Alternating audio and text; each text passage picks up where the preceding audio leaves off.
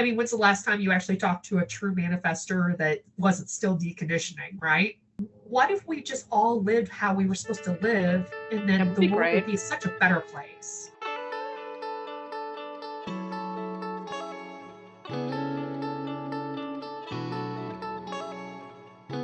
Hello, hello, hello, and welcome to this podcast, Biz on the Brain, with your host, me, Annemarie, where we talk about anything and everything, really, all over the place. And this episode has been the longest so far. It's really hard to top that. It's like 2 hours of really covering all kinds of different topics around just being yourself, what it's like being a manifestor woman, asking a lot of questions which we can't really answer because, it is just our personal lived experience. We don't have like a big study around what it's like as manifest, and a lot of people don't even know what that is. So a quick info on human design manifestors are part of the 5 types that human design, a kind of discipline that combines different elements like astrology, for instance, and gene keys into one big thing that helps you figure out more about how you best operate and how you interact and how you like visualize things and have the most impact and following your inner guidance and all of that. It's like a sort of manual to your life. And when I discovered it, found it was scarily accurate on a lot of things, and I'm always very cautious and looking for like the Barnum effect of like, it's just so general that anybody can interpret anything and it's like true for everybody. But it's very, very specific and so detailed, and it's so cross-referenced with all of these different disciplines that I just find it really insightful, and also helps me kind of unlearn patterns that don't serve me and question things that, in the past I couldn't make sense. But with this new lens, a lot of things get explained, and we talk about that in this podcast episode. So this episode is specifically for manifestors who are just like 8 to 9% of the population, pretty rare and also pretty misunderstood, because the idea is that we need to initiate things. We're not here to wait or be told what to do and get stuff done, but also work in very short and very irregular creative urges where you get this sudden download or idea, inspiration, and you need to just make it happen right now, right this way. And you cannot be stopped if you just really live in that alignment. And then the rest of the time, like 80% of the time, you just chill out. You can't force yourself to work or like perform really well or like force creativity. You need to wait for it to create that momentum, for it to really hit, because then you get a lot of work done in the shortest amount of time. You have real big impact, and it could be as little as, I'm gonna cut my hair, boom, or like I'm gonna move countries, I'm gonna start a project, I'm gonna make a course. Like, it can be little things, but the typical thing of it is that it has a lot of impact on the environment, which is why part of it is also having a closed aura, so people find it really hard to read manifestors, because we are like this weird opaque being where you can't read until we tell you what we think and feel and about to do. And sometimes it's just like you're being steamrolled by this announcement, by this action, by these things, which is why we need to inform, which is really hard because we don't like being told what to do or like thrown out of the flow, because it's just an extra step and effort while we're in the zone, right? And so it's kind of this ideal of like, yeah, you need to be innovative and like assertive and stuff, but actually in society a lot of times that's not very welcomed. It seems very egotistical, and sometimes it seems very personal, which it is, because usually it starts with a personal desire, and it usually makes zero sense. It's the most illogical thing you can do. It's a giant leap of faith, but in the end, if you actually do it, it just magically opens doors. It magically works out, and it affects people and inspires them. And then there are also people who will be triggered by it, and that might be then lead them to do change, or like, also maybe leave your sphere, because sometimes it just doesn't mean it's a good match, and that's okay. But yeah, there's a whole thing behind manifestors, so I'm not gonna really take it all away right now, but it's really interesting to read up on it, and also the other types. But I can't speak on their experience because that's not who I am. It's really interesting. Maybe I'll get other types on this podcast in the future to hear what it's like. So the other types are generators and manifesting generators, who are driven by a constant energy that they can perform consecutively every day and consistently, and just like, get stuff done and keep things going. Like, manifestors, they start stuff, but they can't finish it properly. That eats up so much energy. So then that's where generators and money gens take over. And then there's reflectors who kind of, reflect everything back for you to mirror back and like assess how things are going, if this is how you want to live your life or the project or whatever. And then there's projectors who are really good at reading people and at waiting for invitation to like start things in different directions. So like that's a very brief overview. But in this podcast episode, I am talking to Angela, who also does a lot of different things, and it's really just about healing and providing some sort of coaching, but emotional space and support for women to also like find more of their true self in a very individual way. It's really interesting. So let me just cut to the episode and let her explain herself. Hello. Thank you so much for being on this podcast. I'm so excited to have you here and to continue our cool conversation from last time, because we basically just met with kind of strangers, but really not, after just talking instantly for like over an hour, because, the vibe was cool. And I'm so happy that you come here and continue the conversation with me, especially around the topic of women manifestors of the human design, because we are rare and we're amazing, and just spreading the word and also feeling inspired by the way other women manifestors live their life and just like have that impact, just heals a part of myself. So thank you for being here. Thank you for having me. Do you want to quickly introduce yourself? Well, my name is Angela. I live in St. Louis, Missouri.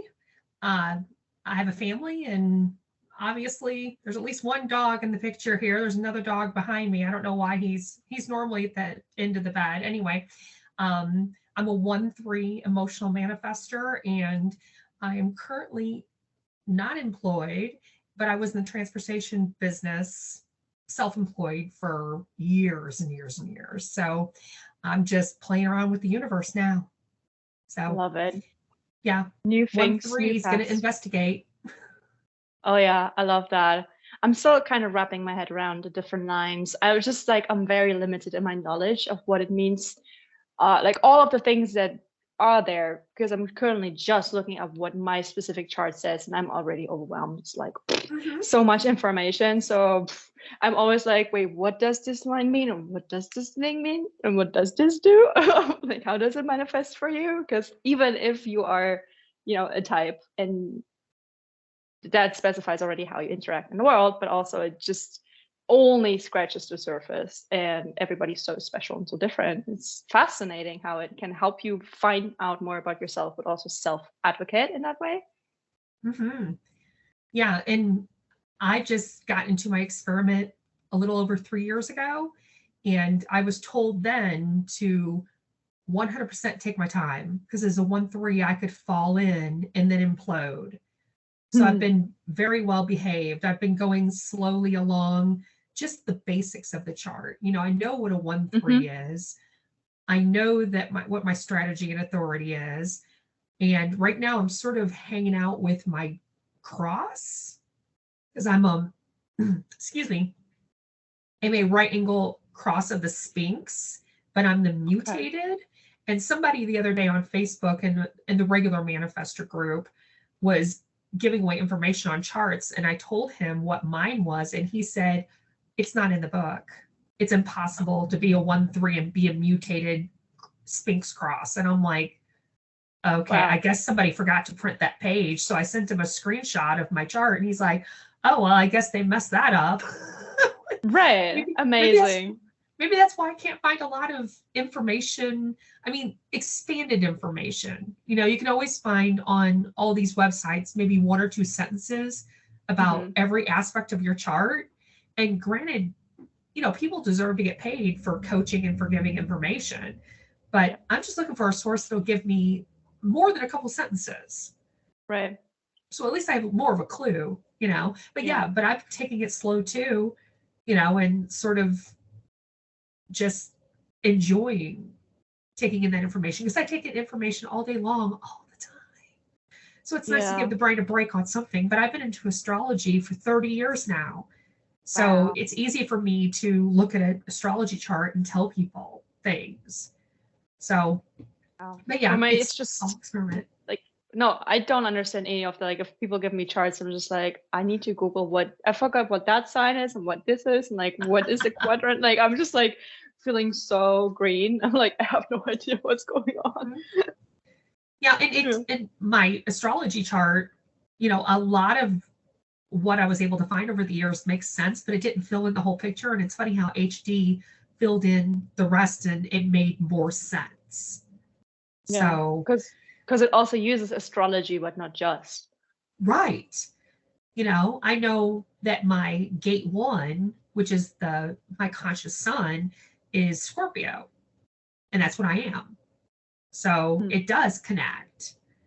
But it's funny to see how some people just don't want to talk about the astrology connection. Oh. Which I find interesting, because every time I look up a gate and see the sign that's associated with, how can you not associate it? Yeah. I only recently understood that that's also a thing. I didn't realize. I was just studying the individual gates, and then some website got me on like, oh yeah, like, what are actually these little charts left and right of your body thing, where it's just like all of the planets and like unconscious and conscious. And I was like, oh, I'm so confused. I was just specifically already on the gate, and then there's a 9, and then there's a planet. I'm like, what? But then I started just picking like something like, Sun, Earth, and then my what was it, Mars, because that's somehow also very dominant for me. I forgot why. I can't even tell you, because I'm in Cancer, but I don't know, Mars was somehow important. Like, that's all I remember. See, that's how my deep knowledge is.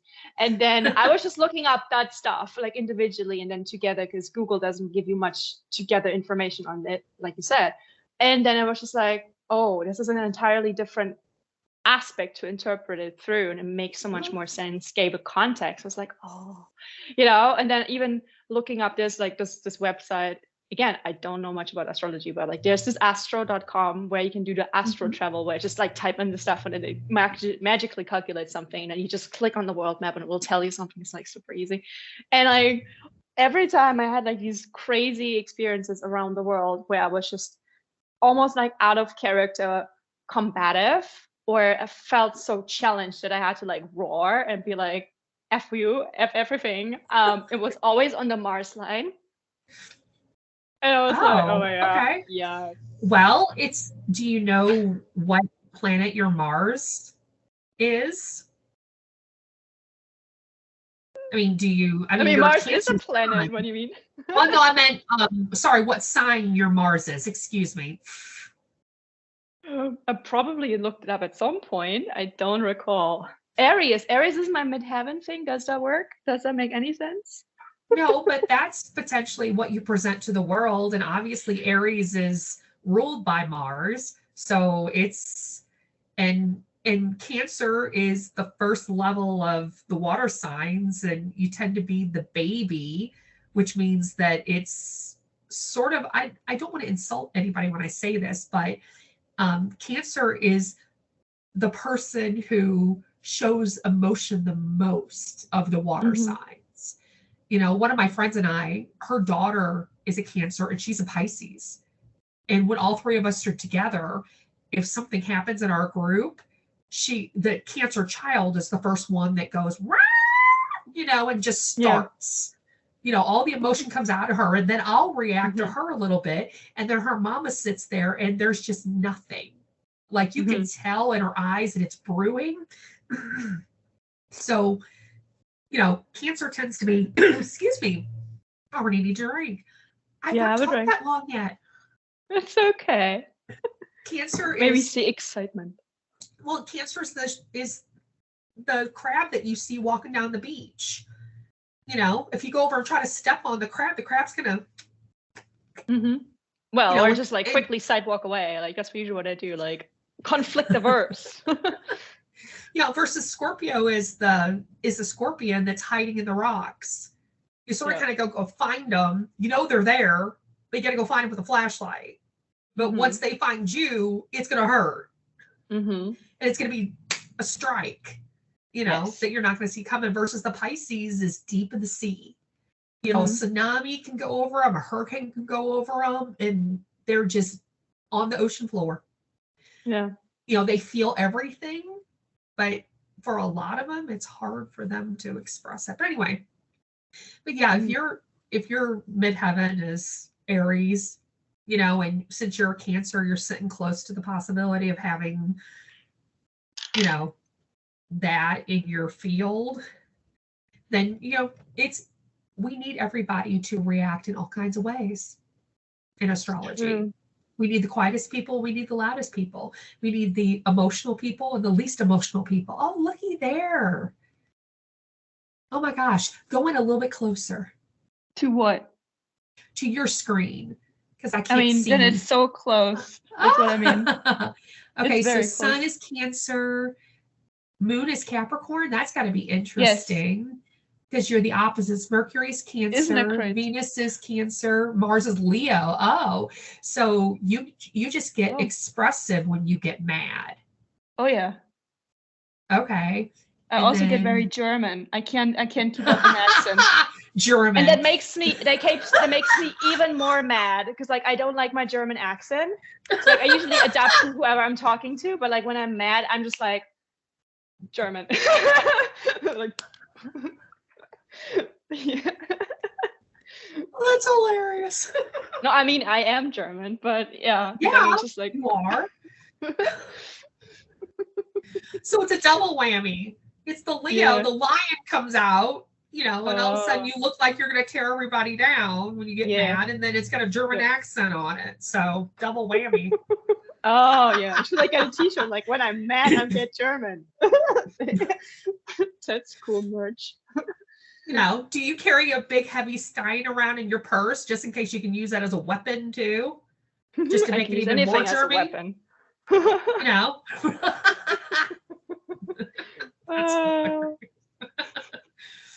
No, but I'd be interesting. Do you know your North Node in astrology on your chart there? It should be down towards the last. What is a North Node? Like in this round thingy chart? Or does it say something? You can look in the box to the There's left. A box that said true node. That's not it, is it? Right. Yeah, true node. What's your true node? 5 Ari 4125. Okay, so it's Aries. Your North Node.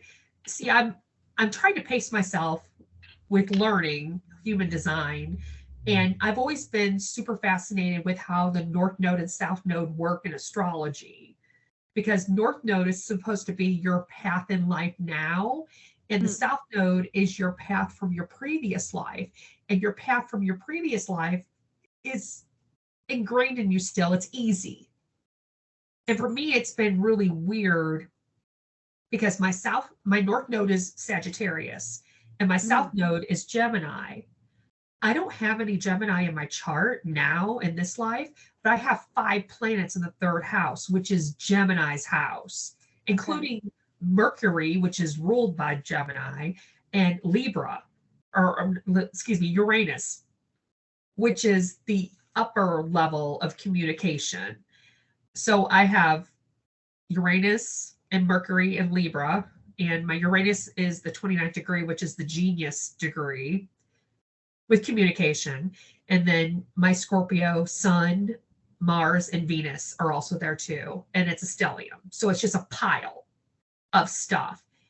And it's weird because in astrology, I'm supposed to be leaving behind easy communication and having easier relationships with my siblings and short trips. I'm supposed to be on this epic, you know, like go out and see the world, travel the world, and be, you know, deep into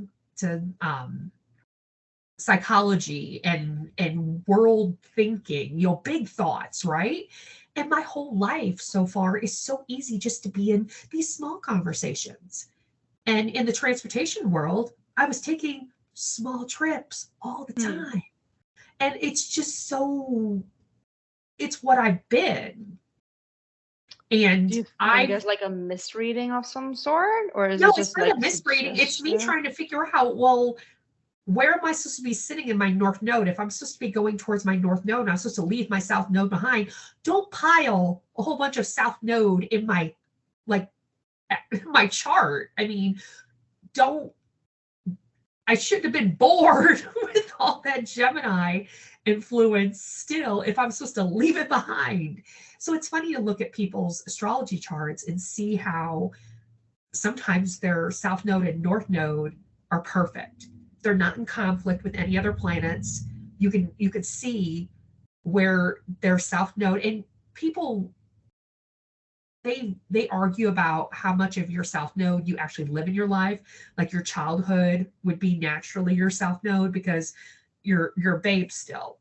And some people have cutoff dates for where you should start living more of your north node and living your life's purpose, because that's where your life's purpose is supposed to be at in astrology. But on the other hand, though, you see other people where you just look at their chart and go, damn. And I've got one of those where I'm just like, I'm not supposed to be living a Gemini life, but you gave me all this Gemini stuff.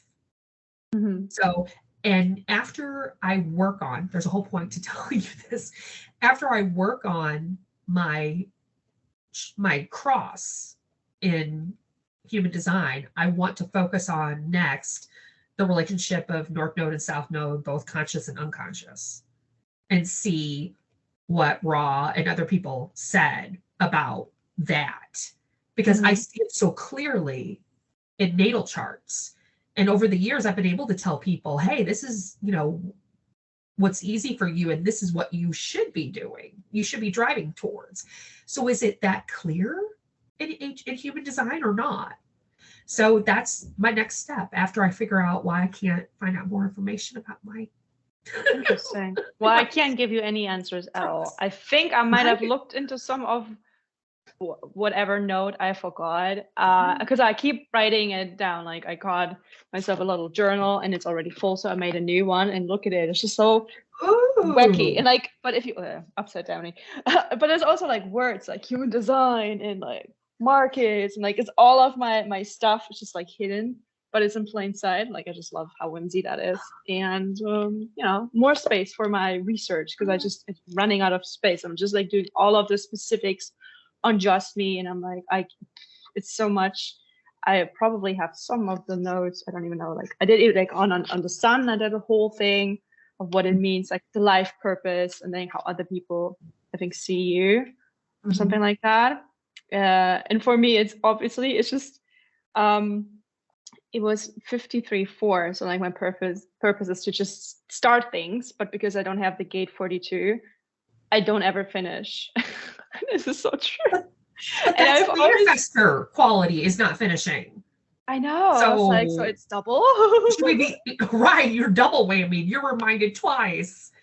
Yeah. Well, right. But at the same time, though, you're sitting here going, but occasionally I'd like to finish something. Yes. Because I don't think that's conditioning. I think sometimes it's just the human, like, nature to finish something. I know, but it's just hard. Like it just feels so physically taxing, and also drains like so much of the energy when I'm like, I just really want to get this done, and then I push over the limits too much where I'm like, I really should be going to bed, but I just need to wrap this project up because I know if I don't do this now, it will never get done. And so that, like, that's sad, because ideally, you would have people who can then take on whatever you create and like, do it in the way you kind of invented it, and just like ideally with the different types, you would have somebody taking it over, maybe a generator to keep it going, whatever. Or like the projector to just like look at it different and reflect it. I don't know. But anybody really, I mean, if it was still back in the day, we would both be princesses or queens somewhere. Yes. And life would be super easy. But no, we're not living in those times. I know. How sad is that? I just want someone to take it over. It can lead to a God complex, and I'd rather not be in that situation. But still, at the same time, though, can I have a couple $1 million coming in a year so I can hire people to clean the house, exactly, and groom my dogs and all that jazz? I mean. I'm not looking to be God complex and live a life without integrity. Yeah, exactly. Like, just my goal is to just get a team around me that I can pay fairly, because I refuse to take Yeah. on like people who just do it for very little, but the Oh, quality is different, the vibe is just off. Like, I've tried a couple times where people pushed it on me, where I was like, I should have listened. They were like, no, they're really good, really good. And then they just got nothing of what I said. They just didn't do it. And then I was like, oh my God. Just people who get it and who get the vibe. I'm like, I once, I don't know where I read or heard that, but I liked that analogy, like, especially if you want to have like a VA to give all of the admin stuff to, which I loathe. It sucks all of the joy and everything. It's a constant roadblock in me, like, oh, I have this cool idea, I want to initiate this, and now I have to do the research, I have to look at the email, and I have to write like a normal person. I can't just like bulldoze in the email. I was like, oh, then it's gone. And I'm like, oh. Right. And so somebody said we need to get like a VA who's like a grandmother figure, who's just like takes care of you, like gets everything sorted and organized, and like has everything ready. Like, you need an apple, here's an apple, because you're like, you look dehydrated, here's a water bottle. Like gets mental check-ins without being like overpowering, where like, you need to drink, and I'm like, no, you tell me what to do, I will not, like, where it doesn't trigger me, where it's like this irrational temper tantrum. It's like, so emotionally manage me a little bit, but also project into the future. They're like, they got stuff without me having to tell them everything. I do not want to micromanage people, but sometimes I feel like I have to, because being hyper independent has that big drawback where you like don't trust anybody.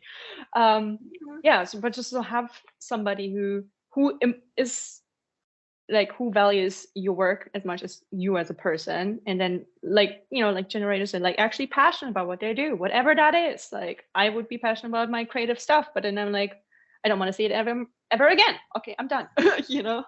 But some people would just like still love it and like perfect it and keep it going without me having to burn it down.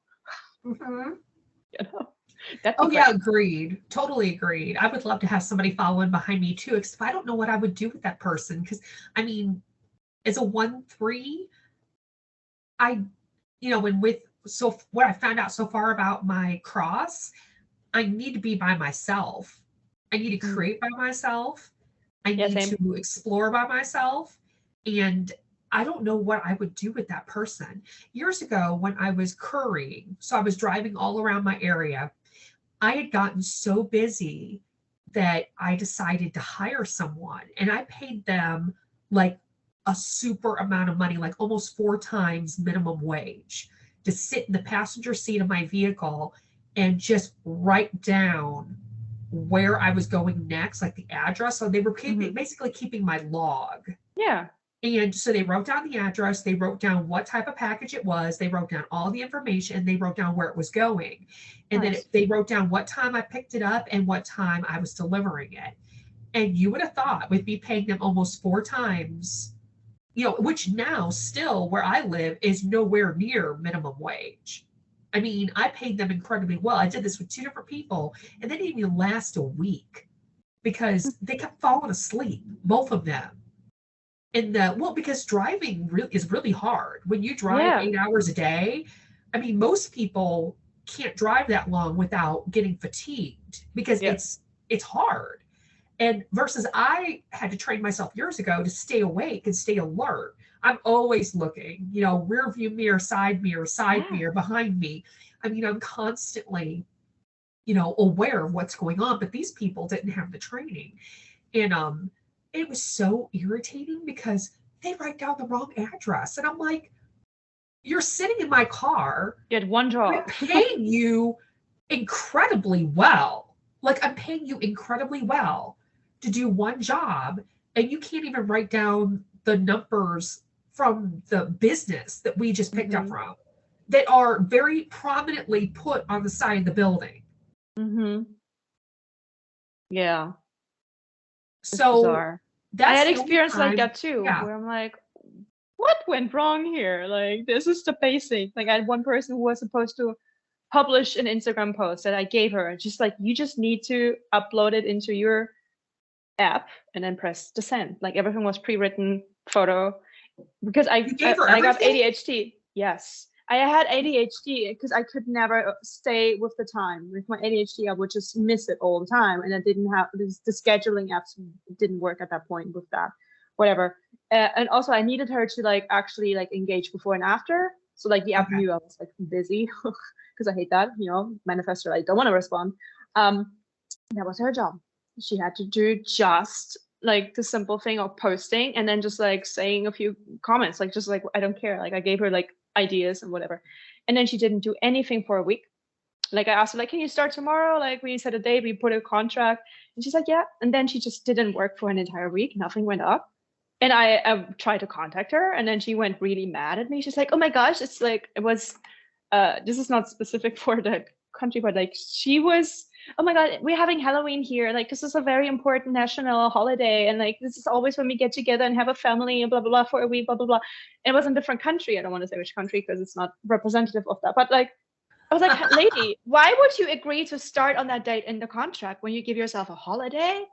If you told me, I would have started a week later. Like, that's not the point, but you can't just decide not to come. And then I should mind read that you're having a holiday and you'd rather give out candy than like do a job that you're paid to do. Is like, also, I paid her more than I was supposed to, you know, because I was like, this is still a dumb job. Like, but like, and she just didn't even really like, you didn't just get yourself an app. Why can't you just schedule it? I was like, why do you get mad at me? Like I could, but I didn't want to. And if you don't want a job, then you don't take it. What's your problem? And then like even a while ago, I hired somebody else, and I was just like, I just want you to look at this Excel sheet which I prepared, and you give me the email addresses of these people. And I sometimes even put in the website. What did I do? They gave me 10 addresses after like 4-hour research and lots of random websites. Also, lots of them, they didn't even exist anymore. And I was like, and then they wanted the full pay. And then they also ended up in hospital because they were so stressed over, I don't know what. And I was like, and then they just ghosted me. And then I was like, what's happening? Like, do I get something? Like, you can't just seriously like upload 10 email addresses, charge me for 4 hours work. Which, you know, and then they were like, yeah, she must have, and she ended in hospital because like mental stress and stuff, and I'm taking over. And then that woman also gave me just names and random websites. I was like, I asked you to actually search for the contact. I don't want to go to all these websites, which is the point of hiring you. Right. Oh my gosh, that is insane. I mean, I don't know about you, but if somebody gives me a job and there's money involved, I'm going to do it to the best of my ability. But that's years and years and years of me being self-employed. Because when you're self-employed, that's what you have to do. You have to do the work. And then they go, oh, look, she did the work. We're going to give her more. And we got a contract. And we're going to give her the contract for the next year and the next year, and the next year, and the next year, or the next job. That was actually the premise. I was like, so this is just a trial. I mean, because I thought about being a VA for a little bit, like back in 2019, and then I realized, but I'm going to have to follow their schedule. That's not going to work. Yeah. You know, because I already knew that I just basically have over the years been able to do what I need to do when I want to do it, especially this time of year when it's snowing or it's icy. You know, I reschedule stuff so that I don't have to drive, you know, on back roads or on, you know, highways in Illinois, which is very, very flat and farmland, and people slide off a highway just like that. So if I'm going to go work over there and I'm going to drive 2 hours away, I'm going to go on a day where I know the roads are clear. But I thought about being a VA, and I would excel at it if I wanted to do it, if I could do it on my time, because I'm like, you gave me a job, I'm going to do it to my like perfection. Right. And then you're going to pay me. You're going to go, oh, she's so good, we're going to keep her. I mean, what's happened? I don't know. Like, I should have trusted. It's so weird. I mean, it's so weird. Like, it happened like 3 times. I'm like, how do I attract these people? How are you attracting these people? You know, I mean, it's so specific too. I'm like, what? Well, and did you get them from different countries? I mean, are they from different countries? Well, or are they the same age group? I mean, I think they were all like the same age group in the same country. Yeah. Okay. So But know, it's I like mean, funny because the first person was recommended to me because a friend used their work all the time, they said. And then that I was like, what is like how dare you? Like somebody also recommended you and you make them look bad too. right. I mean, because I wouldn't be recommending anyone unless Yeah. I actually positively knew that they were doing the job, because I Right. respect my integrity enough, and I Yeah. want other people to look at me still the same and go, oh, well, Angela knows someone good, I or someone know. that's going to do a good job. What is You know, this? but then of course I've always been, for years and years, I've been putting disclaimers in front of everything anyway.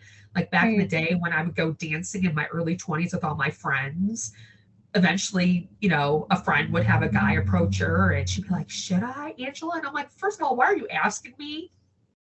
You know, I'm not the queen of relationships, you know. And then number two, it turns into, oh, if I'm going to give you advice, by the way, this is just my advice. If anything happens, it's not my fault. Yeah. Yeah, exactly. Because You can also, do that to your friends and your yeah, family, but in yeah, business, that's a yeah, no-go. And I mean, if yeah, we want to live in a world where people trade money for really good service or products, I mean, don't we want that?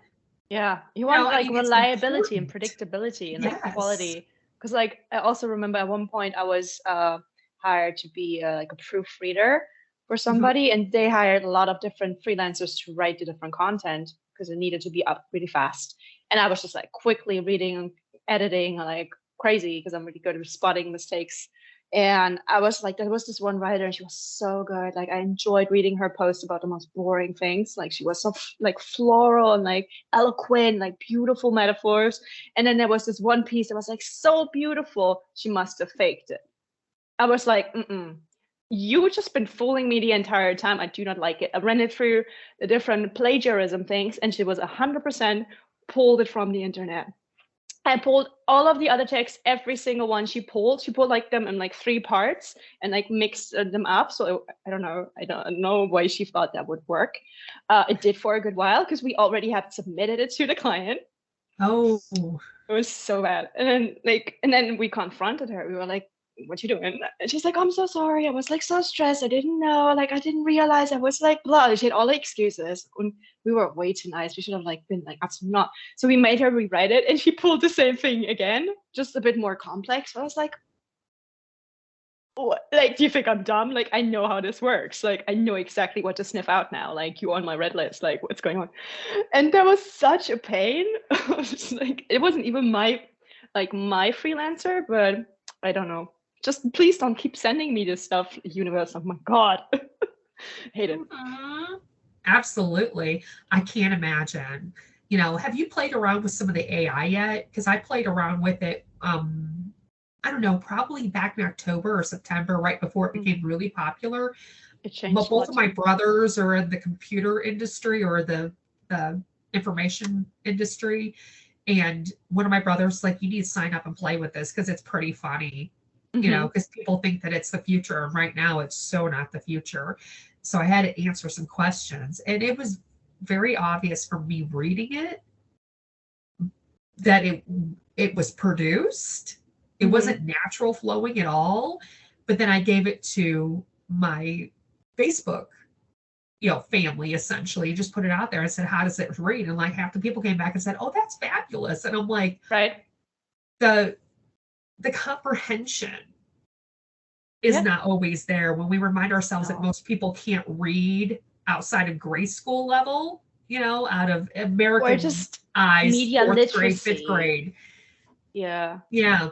But what I also noticed, like because I did a lot of blog writing, and in the beginning, I was always about my personal journey, and I just wanted like to write from the heart, and like nobody found that, nobody read that, and so I got into like SEO, so like to make it worthwhile. But that SEO is so soul sucking. Like there's people who love it and do that as a job. I just can't. It's just so horrible when you like write for Google basically, but you also kind of need to write so like a human can read it and like not instantly clock that this so optimized. I mean, the optimize is just so anybody can find it. It's like Yeah. just putting on a billboard, not on like a little flyer and leave it on the ground. Like it just for the point of making it worthwhile.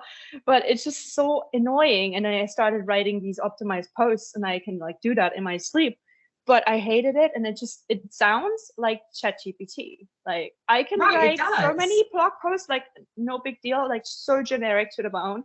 And then sometimes I would just ask ChatGPT, okay, like rephrase that now. Like I can't, like repurpose an old post or like write this. Like I also sometimes use it to sound different, like when I don't want to be like too abrasive or like, just like please rewrite this, make this more sympathetic, or like make this more nice, just like make it more professional. Like I can just like, hey, I want to be friends, but like business, make it business, just like, where my ADHD would be like, I have no social context, I do not know what the social script is, I'm like, overwhelmed. So I'm like asking ChatGPT to suck the soul out of it, and I'm like, yeah, this sounds like businessy, corporate, great, and I just send it off. That's what I use it for. But I tried using it for travel articles because why not? I was like, if it saves me time and I have all of these things I kind of want to write, and then I asked it to write about like a couple of castle ruins that I've been here in this area, just like bricks, like there's not a structure really. And it came up with like beautiful ballrooms, and there's so much like history, and you can see all of the rooms, and there's a restaurant, and there's parties, and they do concerts, and I was like, it's just a bunch of rocks. And then I tried it on different sites, and then it's even when I said, please do this castle in this state, I know there's a different castle in another state, but I said for this state, and it would still pull up the other state. So it's just great for like, you give it a Wikipedia article, you're like, please summarize this entire history section, give me 100 words, and then it does that. And then I usually cross check, I'm like, yeah, that's pretty accurate, okay, cool. And then I keep it or like tweak it or something, where I'm like, so bored where like my capacity is overwhelmed, where like it's just basic research sometimes, or just basic filtering or note taking or whatever. That's what I use it for, but you cannot trust it. At one point, I even asked it, like, can you do research on, like, give me companies that are doing, I don't know, umbrellas in Kansas, I don't know. And I asked it, and it just came up with ridiculous names. I was like, are these real companies? And it was like, no, I was like getting ahead of myself. Cheeky smiley face. I was like, are you making a joke, ChatGPT? I was like, what? Because I was like researching, I was like, I put it into Google, like, does this really exist? And none of it exists. I was like, are you making a joke? And then it did. I was like, are you kidding me? So yeah, don't trust it and call it out. And going back to the castle ruins, can you imagine somebody standing there going, I want to know more about this? And then they put it in, and somebody just foolishly let Chat GPT, or sorry, because that's not part of my thought right now. They let this and then you just stood AI there and you're like, literally like write their review on it, and the review says, oh, there's beautiful ballrooms, and the kitchens, and are spectacular for the age, and the front entrance is stunning, and that person would be like, what the hell? Right. I mean, because if we're not careful, which brings me back to something that, because I like to pop up with these potential theories. As manifestors, do we have a responsibility to have as much integrity as possible, considering what we're doing? Or can we throw out that? I don't know why. Can we throw out crazy stuff? I mean, can we throw out anything, or do we have a responsibility to go, hey, wait a minute, before I decide to throw that out, is it okay? I mean, I think if you're in Hollywood and you're writing up stories as a manifestor, the wilder the better sometimes, just because it takes us down roads that we should be exploring as humans. Yeah, but you also need people to cross-check things and be like, might this be trigger? Maybe we should do a warning. Maybe, especially if you see a lot of male Hollywood authors and they just like have the typical thing, like, let's just make the woman suffer so much for the plot and exploit her, like, Game of Thrones, whatever. And then like, yeah, this is like what they used to do in medieval times. So like, we need to like abuse all the women. And then the men are just like, there. And like this entire nonsense where they hide it under the guise of creative freedom and liberty and like exploring themes. There's a lot of like troubled artists, like super heralded like authors who also do that. And then it's just like, if you look at it like, this is not very ethical. Like, as much as you want to exploit dark themes of the soul, or like even recently I learned about, if you No, The Lord of the Flies. Have you read that? Oh, years ago. Didn't care for it. Yeah, it traumatized me. I was way too young reading this in school. I hated it. We had to dissect it so much. And then oh my gosh, I'm so scarred. And, he made it this business to make it as gruesome as possible, to show like how humans at the core are like wild beasts, blah, blah, blah. And he read the story that inspired him to write it. But the thing was, I think he was also very drugged up and like had a lot of PTS and stuff like that. So he wanted to basically just heal his war trauma or something. I forgot the details. Maybe people look it up, fact check it. But he saw it in a real story where an actual group of boys from like school boys were stranded on an island and picked up after, I don't know, when they noticed. And what they did is they just started helping sick kids. They started like, putting bandages on. They started playing music and started looking after each other, and they like created a community. And he read that. He was like, nah, let's just make this gruesome. And then he just promoted it as like, this is how the human soul is, when he just like made it up, And I feel like a lot of this like happens with these brilliant authors who have like all of these troubles, or like we see all of these dramatic movies of these awesome movie musicians, like Johnny Cash and Elvis and I don't know, I'm losing it. Like all of these biopics where it's like, it's almost to the point where they glorify all of the abuse that especially the women had to go through. Like, yeah, you should know they cheat. They're like pop stars, they're rock and roll and they take drugs. You should like suck it up. And it's always like, I'm watching these and like, I do love your music, but I hate you as a person. What's going on? Like, I can see your troubles. I have sympathy for all of that, but also you're such an asshole. And then just looking at all the stuff women have to endure makes me so mad. And like Hollywood, like they always have the perspective they can just put on this. Like now they made a story about Priscilla. I haven't watched that, can't say anything, but like even the latest Elvis biopic, it was just like, oh yeah, Elvis was actually not the one who was like taking up all of these cultural pieces from like black musicians and like appropriating that. No, it was his manager. This entire thing. I don't know, like I don't want to get into all of that, but it's just, they always try to like shift the narrative and do this thing on like this angle. And like, so there is a lot of repercussions, like even with Oppenheimer, again, I haven't seen that, but what I've heard is that, it wasn't just this guy who like accidentally did that thing and he was like troubled about it. Like he just, there's always things where he can be like pulling the stops or like stopping the thing. I don't know. And then just making it into this big thing where he's almost like a hero in a way, where it's like, oh, it was beyond him. He had no control over anything. He didn't enjoy any of that. No. So back to like the integrity of everything. I've stopped watching any movies or I don't watch a lot of TV anyway. I do enjoy movies, but I've stopped watching movies or TV that still show women as victims or underage women. Like you brought up Priscilla, the actual movie named Priscilla. I will never watch it because she was 14 when she first met Presley. No, thank you. Okay, there's no justification. It's just like I would never watch anything with Jerry Lee Lewis because he married his 15-year-old cousin. Gross no. And just like R. Kelly, with Aaliyah, stick it. Number two, I don't watch any reality dating shows. Yeah. Like, I can't imagine being a woman of a group of 20 vying for the same man. I mean, and being shamed for it too. It's degrading. Yep. Absolutely. And then with Oppenheimer, my sister-in-law and I and my niece drove across the state of Missouri last summer and we saw a concert with Billy Joel and Stevie Nicks.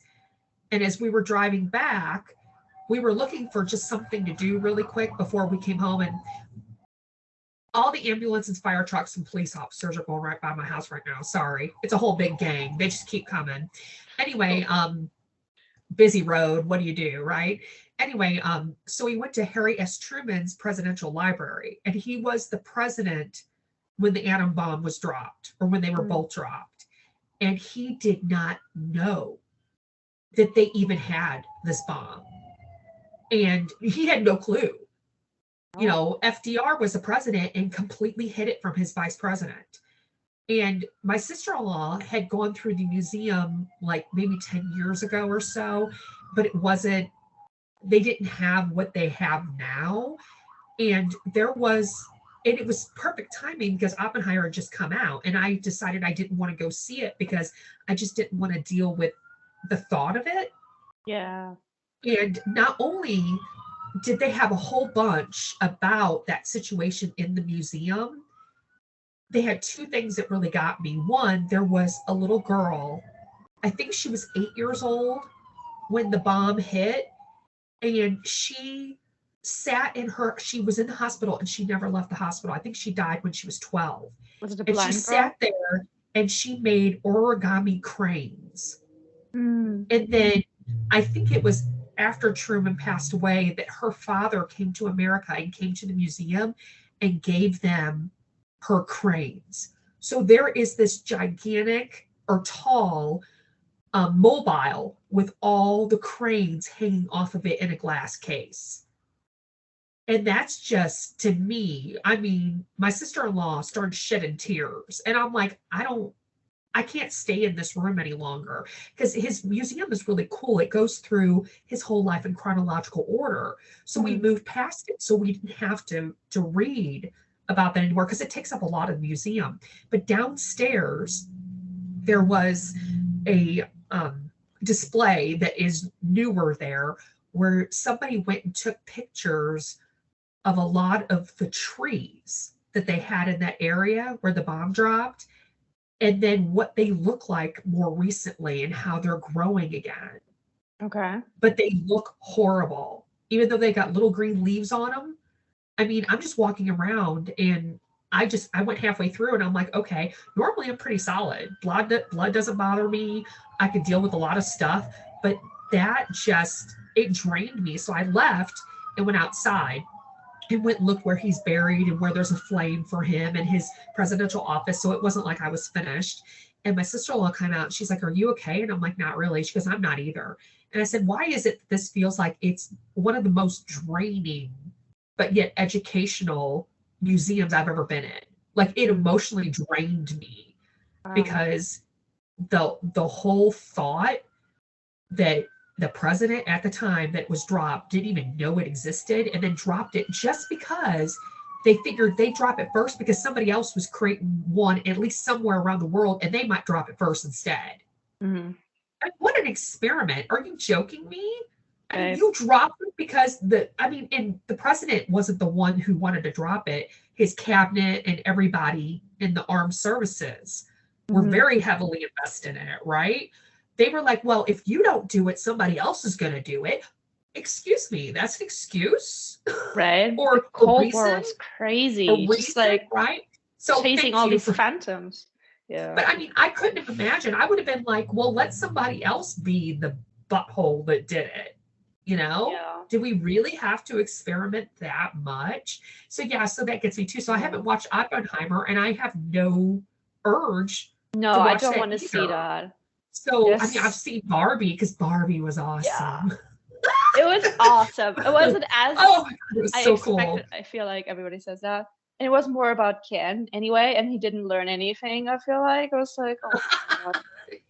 I was like, and then most men who saw it, a lot of them are like, didn't get it at all. Like, I mean, just look at what they said at the Golden Globes, like completely went over their head. I don't know if you saw the scandal with the comedian just totally roasting everybody for no reason and not funny at all. I'm like, you're just being insulting. That's part of their job, is to sort of roast people, but I think he was... You could do comedy without being degrading, especially. Right. Well, at least he was punching up, which is what we expect comedians to do because he's low grade.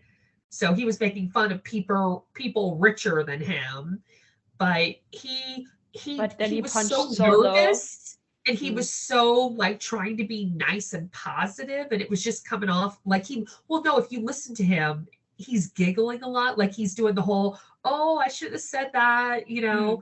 But he was trying to be, he's a more positive comedian anyway, because I've seen him before. Okay, I didn't know him before. I just watched him. Was like, right. He did not just he made a very bad impression. in my Yes. opinion too. But still, yeah, it's amazing how men just keep dismissing us. And I don't know where the line's going to have to be drawn for them to wake up one day and go, oh crap, my life is really in their hands, because their lives have always been in our hands. I know. And most of them keep getting away with whatever, because women I belong to the local, do you know this guy that I'm potentially dating website? I don't know. Have you heard of those? They're across America right now, really crazy. So if you're on a dating app and a man signs up, you can post his picture and his first name in the group, and then people will come forward if they know him. And it's amazing because, mothers are in there, ex-wives are in there, current girlfriends are in there, which is insane when a woman goes, well, he's my partner or he's my husband. And Good all the for girls her come and go, knowing oh my that God, now. I'm so sorry. Everybody's really supportive, so it's not like, because then all of a sudden the woman who posted will be like, I am so sorry. I did not know he was your partner or he was your husband. Yeah. I'm going to cut it off right now. It's a very power I love move. that. Instead of just the typical narrative that we've been seeing for a lot, until still recently, the typical break up with your boyfriend, I want him more, you don't deserve him, I'm better for you, all of the girlfriend from Avril Lavigne, or just Ariana Grande. not commenting on that, but I grew up with these me, or even Taylor Swift, You Belong With Me, where you're just like, oh yeah, you're so much better for him. I know nothing about this brunette, but obviously Taylor Swift belongs with this random dude I don't know what he even likes, but yes, this narrative of the underdog, I deserve you because I like you more. BS, both ways. It's toxic, it's weird, entitled, and not appropriate. It's but so bad. It's so and you lash out at the woman for the man cheating on you with both of you, but the woman is the problem. Right. She's not the problem. No. They just posted a picture today of a guy with a wedding ring on. And of course, all the people start going, but he's got a ring on, He put the ring. Are you sure he's real? And then she posted the text because she went back and said, hey, what are you looking for? Casually. And he's like, well, honestly, I'm married and I'm just looking for a friend with benefits. And she just told him, she's like, fuck off. Right. And she came back and she showed the screenshot and she said, I blocked him. And I'm like, why aren't we? We have all the power. Why are we not? Because I hate seeing women just getting beat down, because I was never like that. I was not raised like that.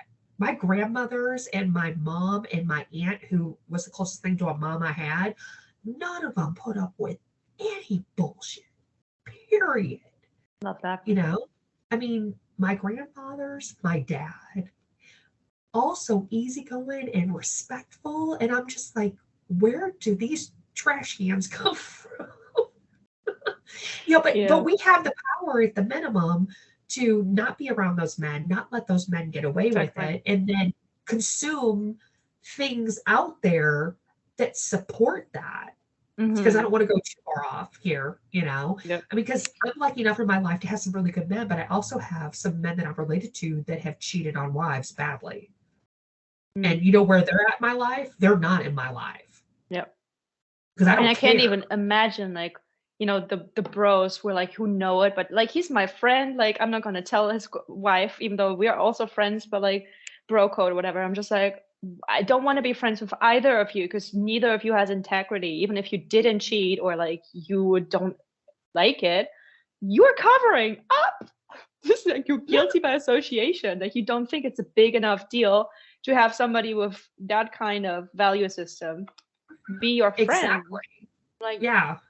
So you do kind of are tolerating it. And that's just absolutely no. There's not really a gray zone. I feel especially if it's so calculated, like you said, with these men who just know they're withholding the information and going out with friends with benefits, but they're having not an open marriage and the woman doesn't know. Terrible. It's amazing how we're going all over the place in this conversation again. I love these conversations. So as manifestors, then, should we be the leaders in integrity? Because when you think back to our previous past, the previous past, Yeah. listen to me. I mean, a lot of Being leaders are also rulers, assholes, so yeah, being rulers, being queens and kings, being the leaders, half the leaders had integrity and the other half didn't. yeah, and it And if often it's pays off to not be good, because then you can get more, you can push through. You can just like kill people off, or like threaten people, or like, have good corruption work for you. Like it's, I mean, it's easier that way. Like if you just like rule with an iron fist and everybody's so scared of you, I guess it's like a personal, like ideally, yes, obviously, integrity, everybody should have that. What? I don't know why. This sounds utopian. But yeah, I often felt like I have, because like I didn't know I was a manifestor with that man until like a couple years ago, but I've always had this urge to like question like if what I do, even though like I'm not really anybody specific, like when I wrote these blog posts and like I went to these places and you've seen like news reports where suddenly something became viral and suddenly everybody went to this flower field and trampled all over it. They had like problems with people like breaking into things, or like, ruining fields for the pig, or people falling off cliffs because they're stupid. And it's the picture. I know it's the best picture.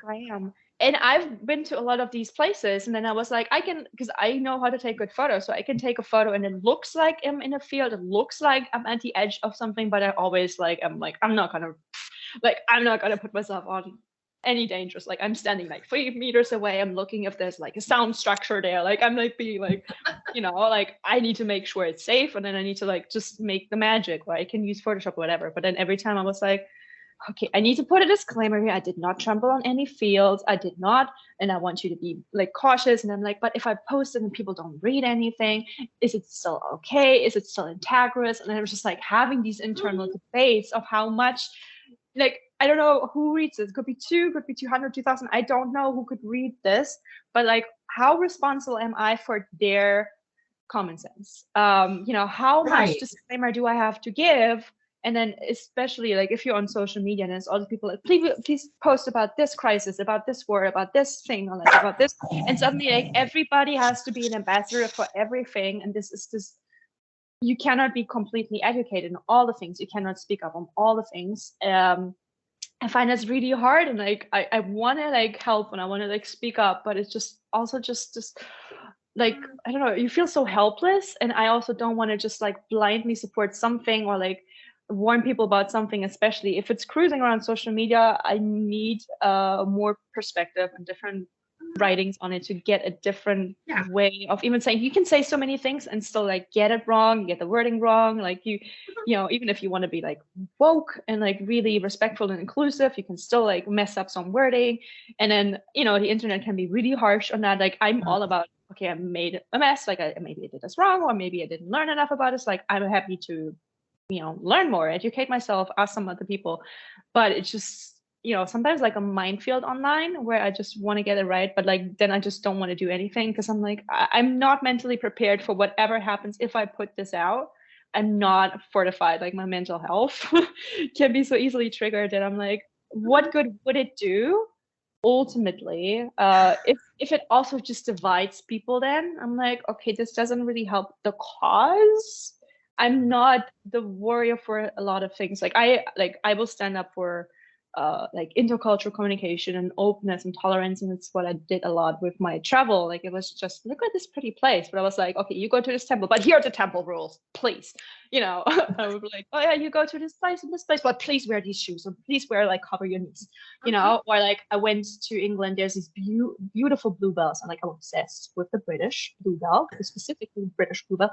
And like I went there and I knew they're like protected, and if you like step on them, they will like die off and they will never come again. So I'm like, stay on the path, on the path.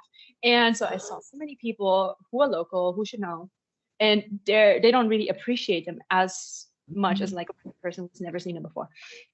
But they would just like, their dogs would run everywhere and would sit in them, they would take selfies, and I would just be like shocked because I've seen that in my own country with like nature preserves. Like there's so many people who just really don't care at all. They know the rules and they're like, don't care, it's just a flower, blah.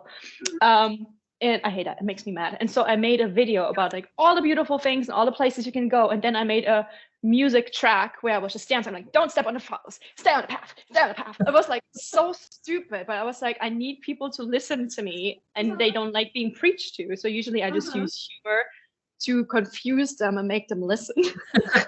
Make them stay. They're like, what am I looking at? Why is the color changing and flashing? Why is there music? And just singing, like, stay on the path, like to a beat, and just like dancing and stuff. It was like, I just, and so that's why I'm always like, what can I put out there? What impact will it have? How can I justify it? How much of a disclaimer do I have to give to get it through people? It's I don't have an answer because it stresses me out, but I always felt like obligated. Like, even if I like take the photo, like I would be like, no, I just didn't stand in the field. There was like a little patch of, like, sometimes I make a behind the scenes video. I'm like, look, I'm not standing in the field. There is already like a spot and there's flowers. Like, teaching people like how to take good photos without being an asshole. Also, like, look, if I go lower, it looks like I'm in the field. Like, do you see perspective how that works? But I can see so many people like live where they were just so horrible, or like climbed over fences and like nearly fell down waterfalls. And I was there like, why are you dumb? I don't want to see you die. Can you just be respectful on that level too? Like, you're traumatizing me right now. And they just did it for a terrible looking photo. Like, I could see from where I was like, that is not even a good photo. That's worth nothing. Like, I can take a better photo from here, especially making you look like a dumb fool, being like half over, like with a GoPro on this long like stick over the waterfall, like almost tripping, and like taking I was like, you just look like a goat, And so I'm just like, I want to educate people on not looking like a fool, not being a fool, and also like being just nicer humans. But is it my responsibility? I don't know. Well, see, that's the thing. We should question it, because as manifestors, that's what we're supposed to do. Mm-hmm. There's a line, I think, between being a teacher and Miss Goody Two Shoes. Yeah. And then also there's a line with staying in your lane, but we don't learn by just staying in our lane. Right. You brought up so many things, but there's like this hormonal change where it's just like the give a shit hormone just left your body. Oh, I love that. So it's not just like that you're like expired after 30 kind of in society's eyes. It's not just that. I'm currently loving that. Even though people still put me in the 20s, I'm like, no, I'm like old. Stop hating on me. Like, stop degrading me. Like, stop. No, I think one of the reasons why society, especially men, don't want to like be around women my age or older is because they just can't handle it.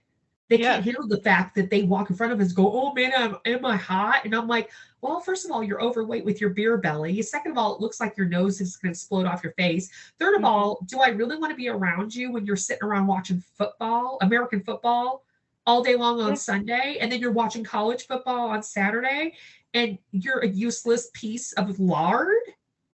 And because a 20-year-old girl would be like, oh, well, do you want to go party? Do you have food? Do you have money?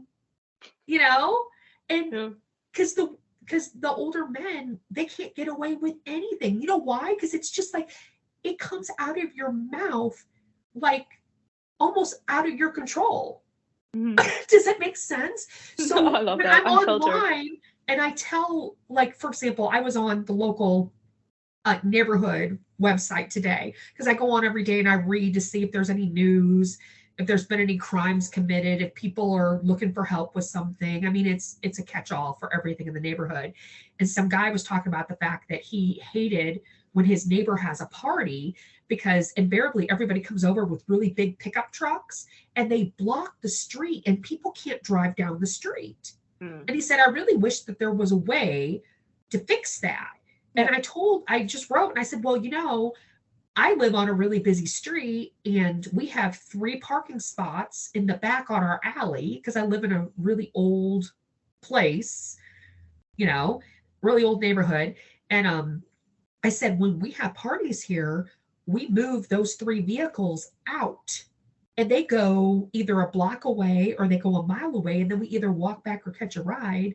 And that way those 3 cars are not on the street. Yeah. they're on our property instead. And he goes, "Oh my God, that's genius. Do you do this for a living?" And I said, "Well, I professionally drive." And he's like, "No, really? You know.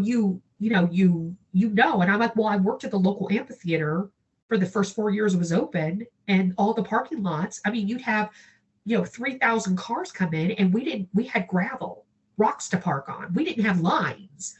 So I learned, because I got promoted very quickly.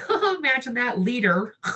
16 years old, and nobody believed I was 16. They were like, "Oh, you're 25. We'll give you this position." And I'm like, Nice. "Okay, it's fun. I can do it. It's easy for me." But I sit there and park cars in a straight line with no lines on the ground.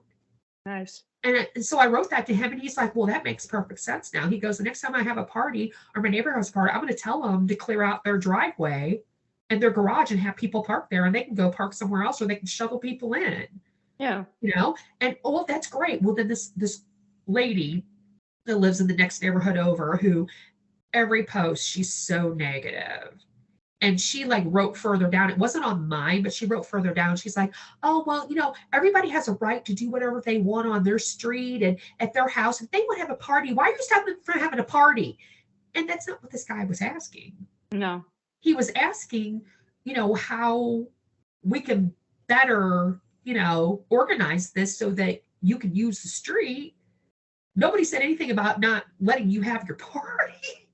Trying to make things better. And even that, the audacity, it's not your street and your house, and you get to do whatever they want. That's what I don't get in a lot of narratives about America. It's just like, the land of the free, and we have like First Amendment, freedom of speech. It doesn't mean you get away scot-free if you like whatever you say comes, when everything comes out. Like, you have to live with the consequences, or like also other people. It's a big country, but it's still like you impact people. Everybody does. And we have to remind people that there's some, I forget exactly how he says it, but there's some man who came out years ago and he said, the best freedom in America is the ability to not listen to someone else's opinion. Yeah. And that's what I think a lot of people don't understand. They think that the instant somebody tells them, "I don't want to listen to you," it means they've lost their freedom of speech. Yeah. The freedom is that there's a freedom of association too. So we have the freedom to not associate, but we also, our soldiers fought for the right for us to have the freedom of speech, whether we like what other people say or think or not. So this chick, she got on me last week about something else, and she told me I was wrong. And 20 years ago, I would have kept arguing with her. And now I'm just like, okay, sure, I'm wrong. And then everybody laughs on hers, and then they just agree with mine. And I'm just like, you want your neighborhood to make fun of you?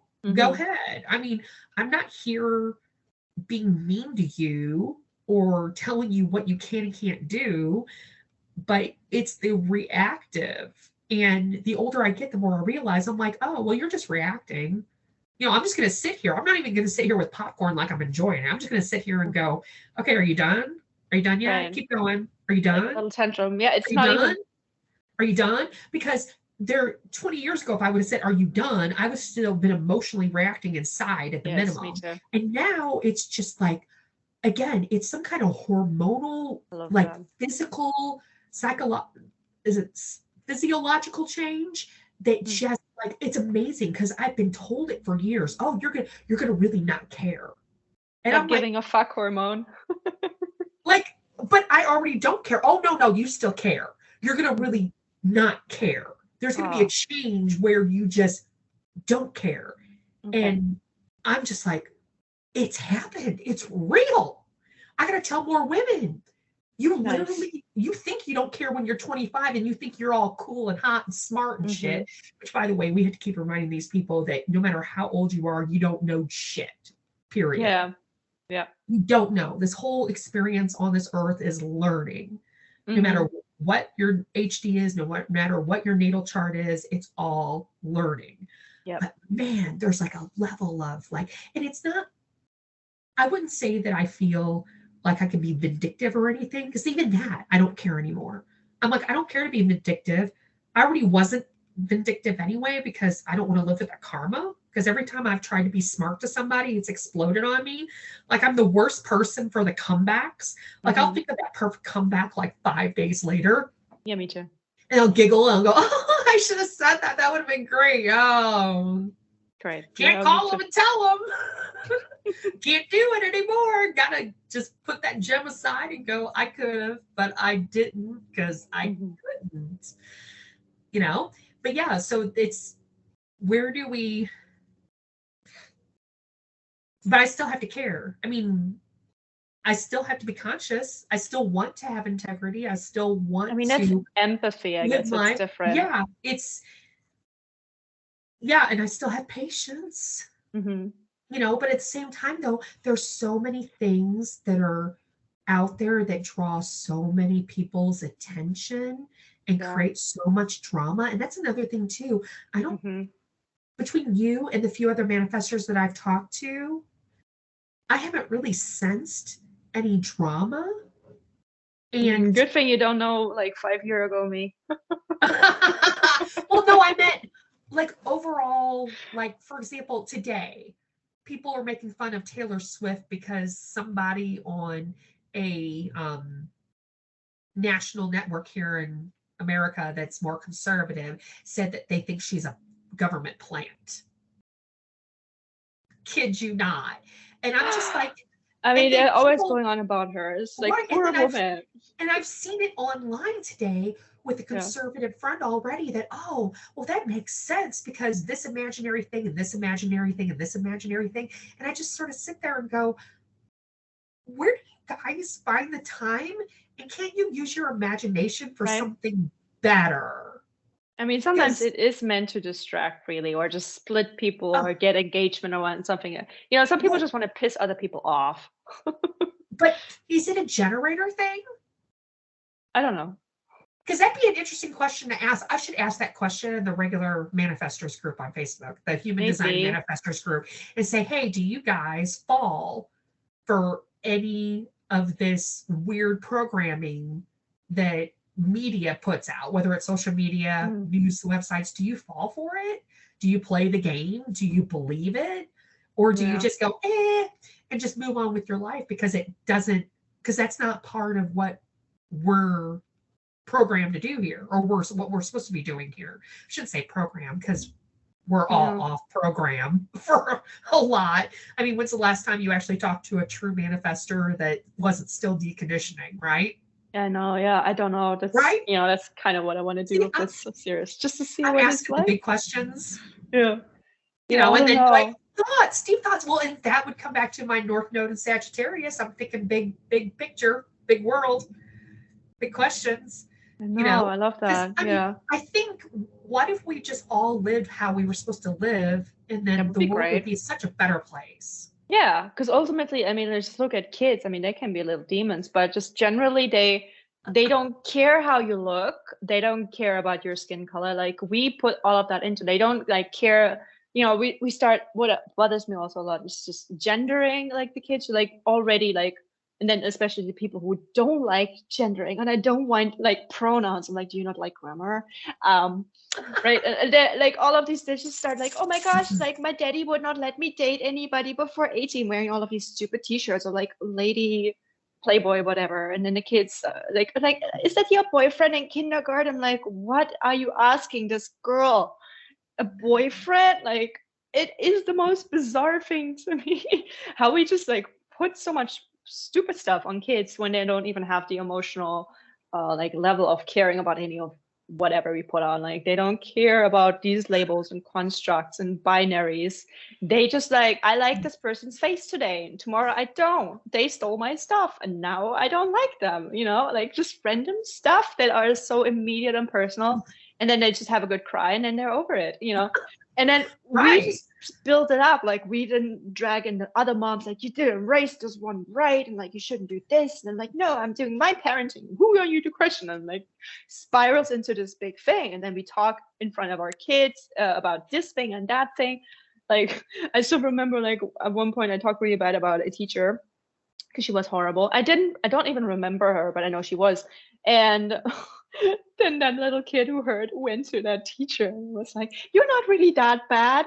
And then that kid was actually bullied by the teacher for the rest of the year, which is like the kid said, "You're not that bad." Like, it disagreed with me.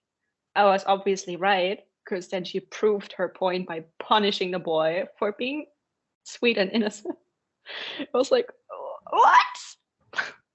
You know, somebody that shouldn't be teaching kids. I mean, no, she they're hated kids impressionable in every She single loved way. kids, which is why I why clocked that teach? and called it out, I guess. I don't even remember. I repressed it entirely, but I'm being reminded of that every now and then. Like, remember when you said that, and then that boy, I'm like, I'm so sorry. What? I didn't tell him to say that to her. Yeah. Well, I mean, words sometimes have consequences, good and bad. I mean, Yeah. this is how we learn, but hopefully it's not anything that stays with them for an incredibly long time. But as adults, though, we do tend to get tripped by our Yes. previous guilts. And I've had to learn how to program myself to not keep thinking about, oh, well, I should have done that. I should have done this with this kid, you know? Yeah. I mean, especially when it's your children, your nieces and nephews, you know, and that's difficult because parenting is hard and being a teacher is hard. I think being a pediatrician is hard, you know? I mean, it doesn't take much to impress upon a child, but then at the same time, though, so many children will say they forgot that happened. That wasn't, you know, significant in their life.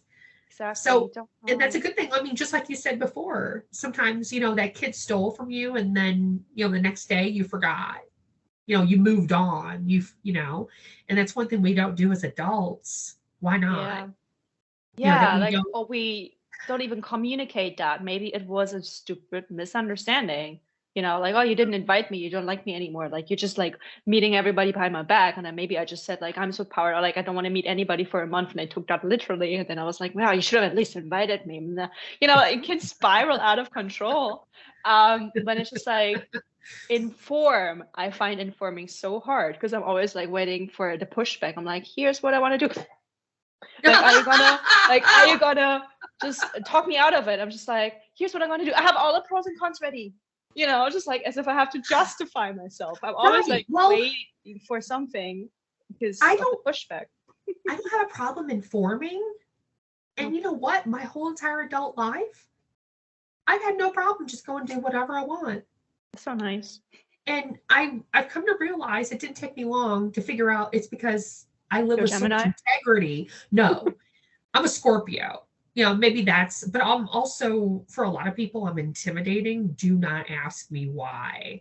Do not ask me why, because I don't consider myself intimidating, but if I'm walking down the street, I don't get messed with at all.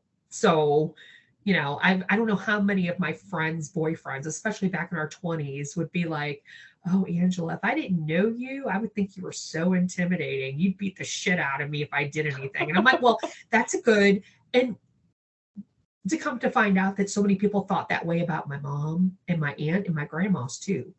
Me too. Like, I also so get like, raised oh, you're actually nice. I'm like, right. Well, maybe, is that a manifestor thing too? I feel like it might be the closed aura thing where people don't know how to read you, or you're like just completely hidden behind that and wall. That's good because you're not getting messed with, you know. But I've always, like, if I go somewhere, I'll tell whoever's in the house, you know, I'm leaving and going somewhere. Okay, see you in a little bit. Or sometimes, well, what time do you think I'll be back by? And I just go, whenever. I love that. I always feel like I need to like. That's so cool. I want that. I love that. I always feel like I need to justify. I need to explain myself, right? Like, it still feels uncomfortable for me to just say like, this is what it is, and I'm just like, I'm waiting. Like, can I? Like, do I need to explain? Like, when I don't take calls before 10 a.m. And then I'm just like, don't say unfortunately. Don't say unfortunately. Like, I need to like hold myself back. Like, don't excuse yourself for like setting this rule in your own company. It's your boundaries. You know, you should set them. But I haven't had, I mean, the people in my life know, and I think I said this before to you, that like, I'll be running a little bit late, I'll tell my sister-in-law, oh, well, I'm going to come over at around this time, maybe ish, put like 12:30 ish. If it's 1 or 1:30, she doesn't care because she knows that once we're together and we go do something, that I'll be fully with her and we'll go however long. When we went to Kansas City for that concert and when we were coming back, her mom called because her mom was home with my nephew, so her grandson, right? And she's like, I could hear her on the phone. I thought you told me you would be home around noon. It's Sunday. And she goes, well, I didn't tell you anything. I didn't tell you any time we'd be back. I just said we'd be back on Sunday because obviously I have to work tomorrow and Katarina's got to go to school tomorrow. So we're going to be back. And she's like, well, I thought you told me noon. And she goes, I didn't tell you anything. And they started to fight. Mm-hmm. And I was just like, I need to check out both their charts because I don't know. Because I've also had nobody called me. Nobody called me. My dogs were taken care of because they didn't go with us, obviously.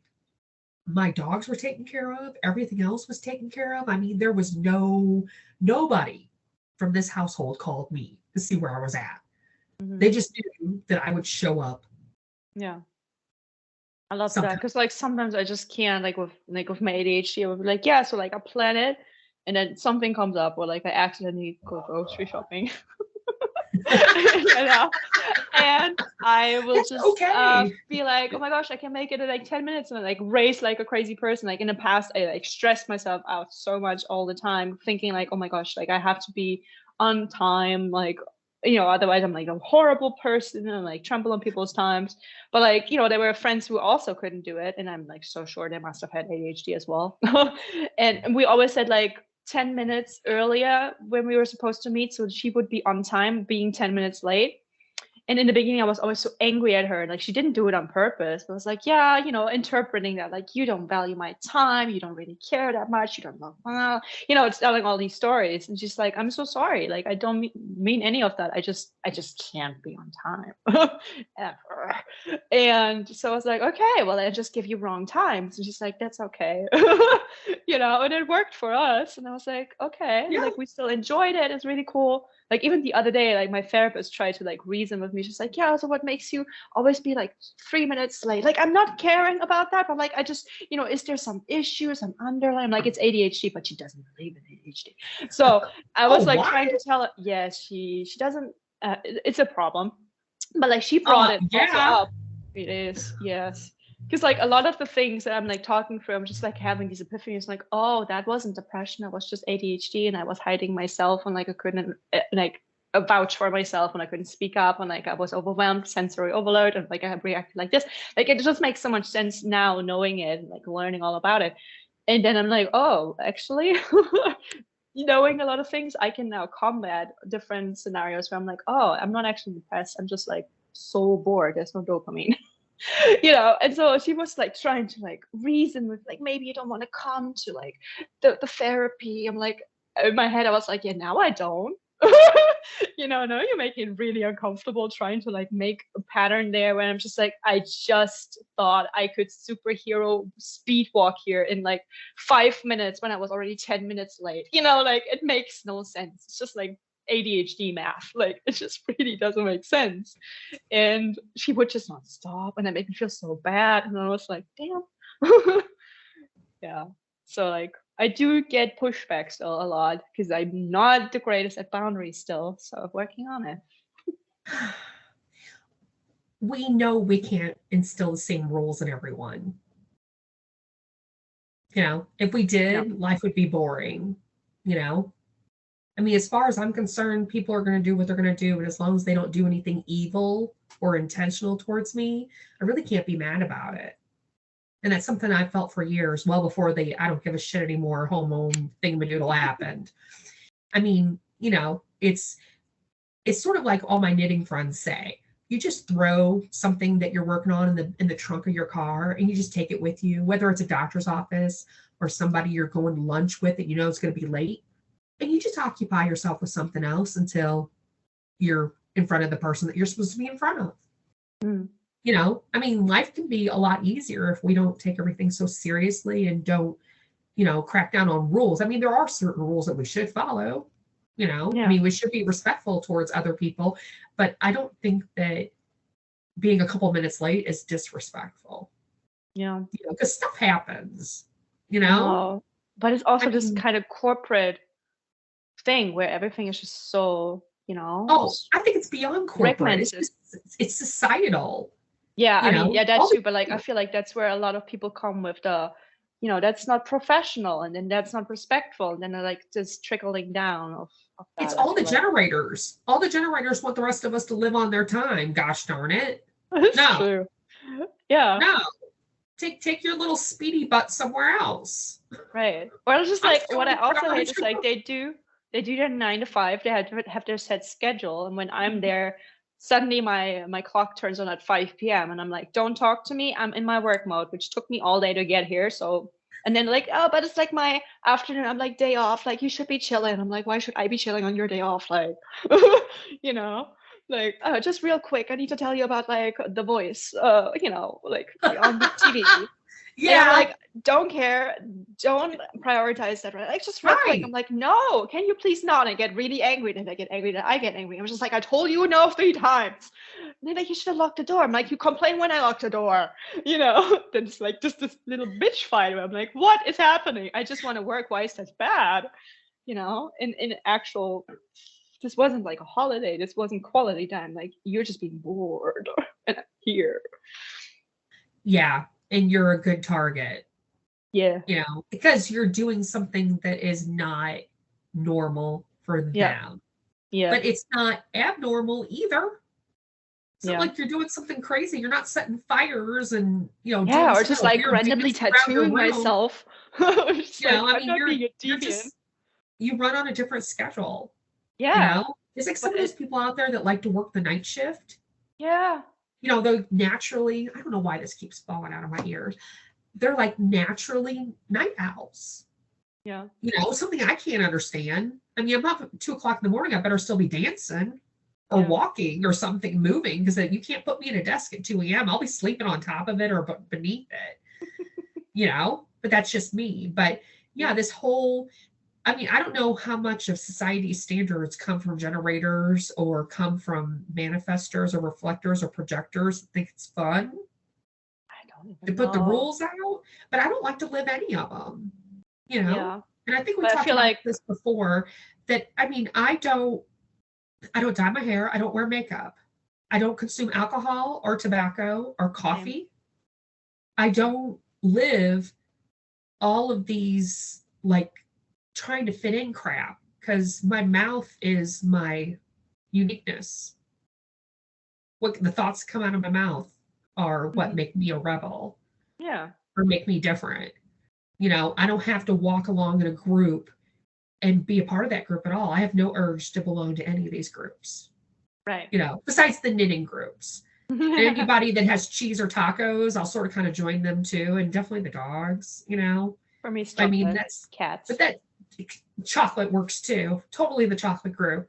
But the general groups of, oh, well, we're, goth, we're rock and roll, we're the bad boys, we're the good girls.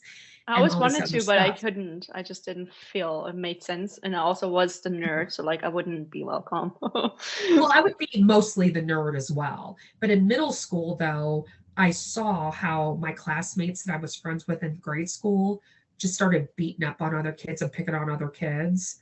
And I ended up being a kid counselor.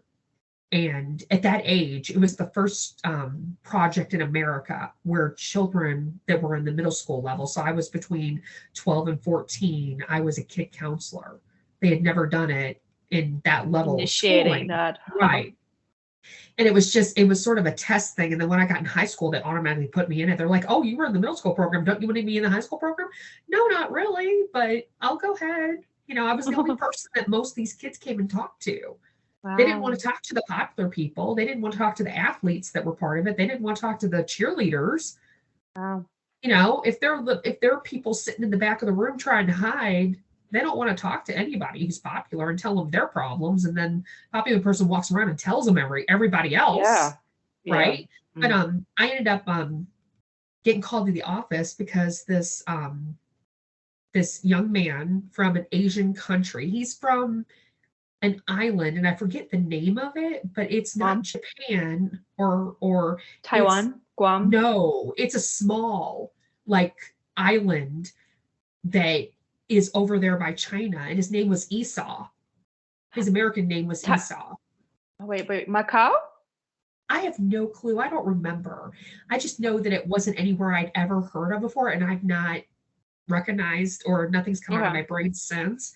And even though we had Black kids and Hispanic kids, and we actually had some Hindu or people that wore turbans in our school, which back in the day was pretty impressive because I live in mostly white America, you know. So I was already used to seeing kids that looked differently. He was very much Asian in looks and mannerisms, but he spoke perfect English. And they asked me to show him around the school, like in the middle of the day. And I'm like, okay. So I made friends with him. Nice. And I can't fathom anybody being mean to him.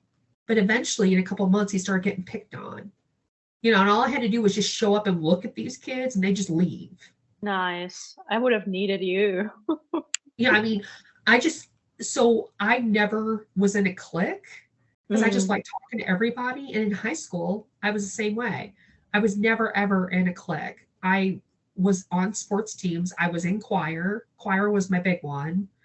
And I went on did different sports, and I also did the home ec, so like the home stuff, and I did math club. I was all over the place. Wow. Because I don't believe that anybody, and it's funny because in knitting groups, my longest friend that I've knitted with, her and I bounce from group to group to group, and we've dumped some groups because we're like, they're too cliquey. Like if I show up at a restaurant and we're knitting in this big group, some woman who's in her 70s, believe it or not, even in their 70s, I try to sit down in a chair and she goes, oh, I reserved that for one of my friends. And one time I told one of them, I'm like, are we in grade school still? Are you 5 years old? Yeah. Can you not sit apart? Can you get in a different chair? Because invariably, if we showed up late, we would be separated. So we would sit with new people and talk to new people. One of my dearest friend's sons got married back in December. And when we went to the reception, I sat with his aunt because, I know his mom, his aunt, his whole family. So we didn't sit at the table with his dad, but we sat at the table with his mom and his aunt and his cousins and stuff and his sister. And well, this woman was sitting at that table and none of us knew who she was. And I'm like, well, hi, my name is Angela. Who are you? And she's like, well, I'm Kathy. And I said, well, how do you know the bride or groom? Oh, well, I work with the bride. Nobody else could come from our workplace today. So I'm by myself. And I said, well, that's okay. You're not by yourself. So by the time everybody sat down at the table, I introduced her to everybody and we just adopted her for the night. Everybody would check on her, make sure that she had a drink, make sure she was okay, ask her if she wanted to dance. Because once the music started, this groom's aunt and I were up dancing for a couple hours straight. We do not sit down when the music starts. So, but we adopted her. At the end of the night, she came over to me and she hugged me and she was like, thank you so much for just even asking who I was. That doesn't happen very often. I'm like, it's no problem because, I didn't talk to her. Like a whole bunch. I mean, obviously, when I got up dancing, we stayed up dancing. But during dinner and then the break and then watching all the people from the party dance, the bride and her father and all that jazz, we all talked to her. Nice. There's no reason to be cliquey. There really isn't. It's just not in my DNA. I mean, I'm not friends with everybody, and I'm definitely not inviting everyone. I mean, and that's another thing too. Back in the day when we would go dancing, we had one of the largest dance floors in the whole entire world. Was like across the river from me, like not even a mile as the crow flies. It was ginormous. I think it fit like 500 people. It was huge. So that sounds like a safety hazard. Well, it was a lot of fun because if it wasn't that crowded, you had a lot of room. So I danced with a group of women and men who we did like some serious line dancing. It wasn't any of this like dainty stuff where you barely move. Like It was stomping us, the ground. yes, sweating, like, and we danced to everything: country, rap, hip hop, rock and roll. And we learned dances from other countries too. We had a friend that was from New Zealand that actually taught us several dances that they didn't dance Like a to haka. country music. I mean, it was just line dancing.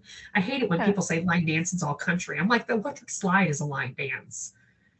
You know, the Macarena, you know, line dance. Cha-cha, or whatever it is called, cha-cha slide, line dance. So it's just an organized dance, that's all. And it was amazing how when the electric slide would start up, how many people that had never danced or were not good dancers would find me on that floor. If there were 300 people on that floor, invariably somebody would be tapping on the back of my shoulder and going, "Can you teach me how to do the electric slide?" And you know what I would say? I would say, "No, I don't do dance lessons. I'm here to dance. It's 11 o'clock at night. Dance lessons were at 6 p.m. here." Wow. And these women would be, because invariably it was women, and they would just look at me like, and I'm like, "I'm here to dance." Yeah. That's like me coming in your workplace and you're on break and me going, "Oh, well, can you do this for me right now?" Yeah.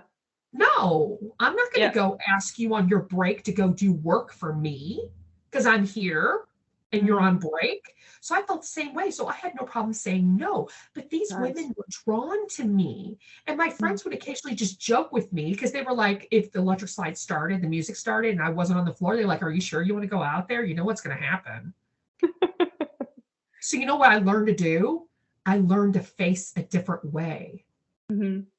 So while everybody is facing one wall, I'm doing the electric slide facing backwards. Okay. I don't know how to do the electric slide. I don't know what to picture right now. But I mean, it's basically the grapevine. So it's 4 steps to the right, 4 steps to the left, 4 steps to the back, 4 steps in a funky, and then you turn and you repeat it. Okay. So it faces it, you turn, frequently. And I would just face a different wall from everybody else. So I learned how to do it backwards or do it sideways to everyone else. Do you know how fast those people would scatter? Because they would be watching me, and then everybody around them is facing a different way. Yeah. And it would mess with their eyes and their sense of, balance. They'd be like, and one lady yelled at me once. She's like, "Why are you doing it wrong?" And one of my friends said, "She's not doing it wrong. She's doing it backwards." Yeah. So you don't follow her. She told you she's not teaching you. Go away. Go learn from somebody else. So I have felt, because when I think about it, when I talk about it more, I realize how, as a manifester, how sometimes just weird things have happened and I haven't realized why they happen. But the fact that it's still known today. If you ask the ladies I danced with, they will tell you every electric slide, somebody's trying to get Angela to teach them how to do it. Why me? Especially since I'm on the other side of the floor from the door, and where for most people like watch the dancing. What's the draw? Like, they would follow me. They would find me somehow, sewing in a group of 300 people and just expect me to teach them how to do that dance. And at least I had boundaries then, because I would be already sweaty because I would show up at like 8 o'clock and, we would rule the floor. When it would come to songs that people didn't really know how to dance to and clear off the floor, I could do a dance where 8 steps would take me 30 feet and just slide this huge section of the floor. And I don't really care if anybody watches me while I'm dancing.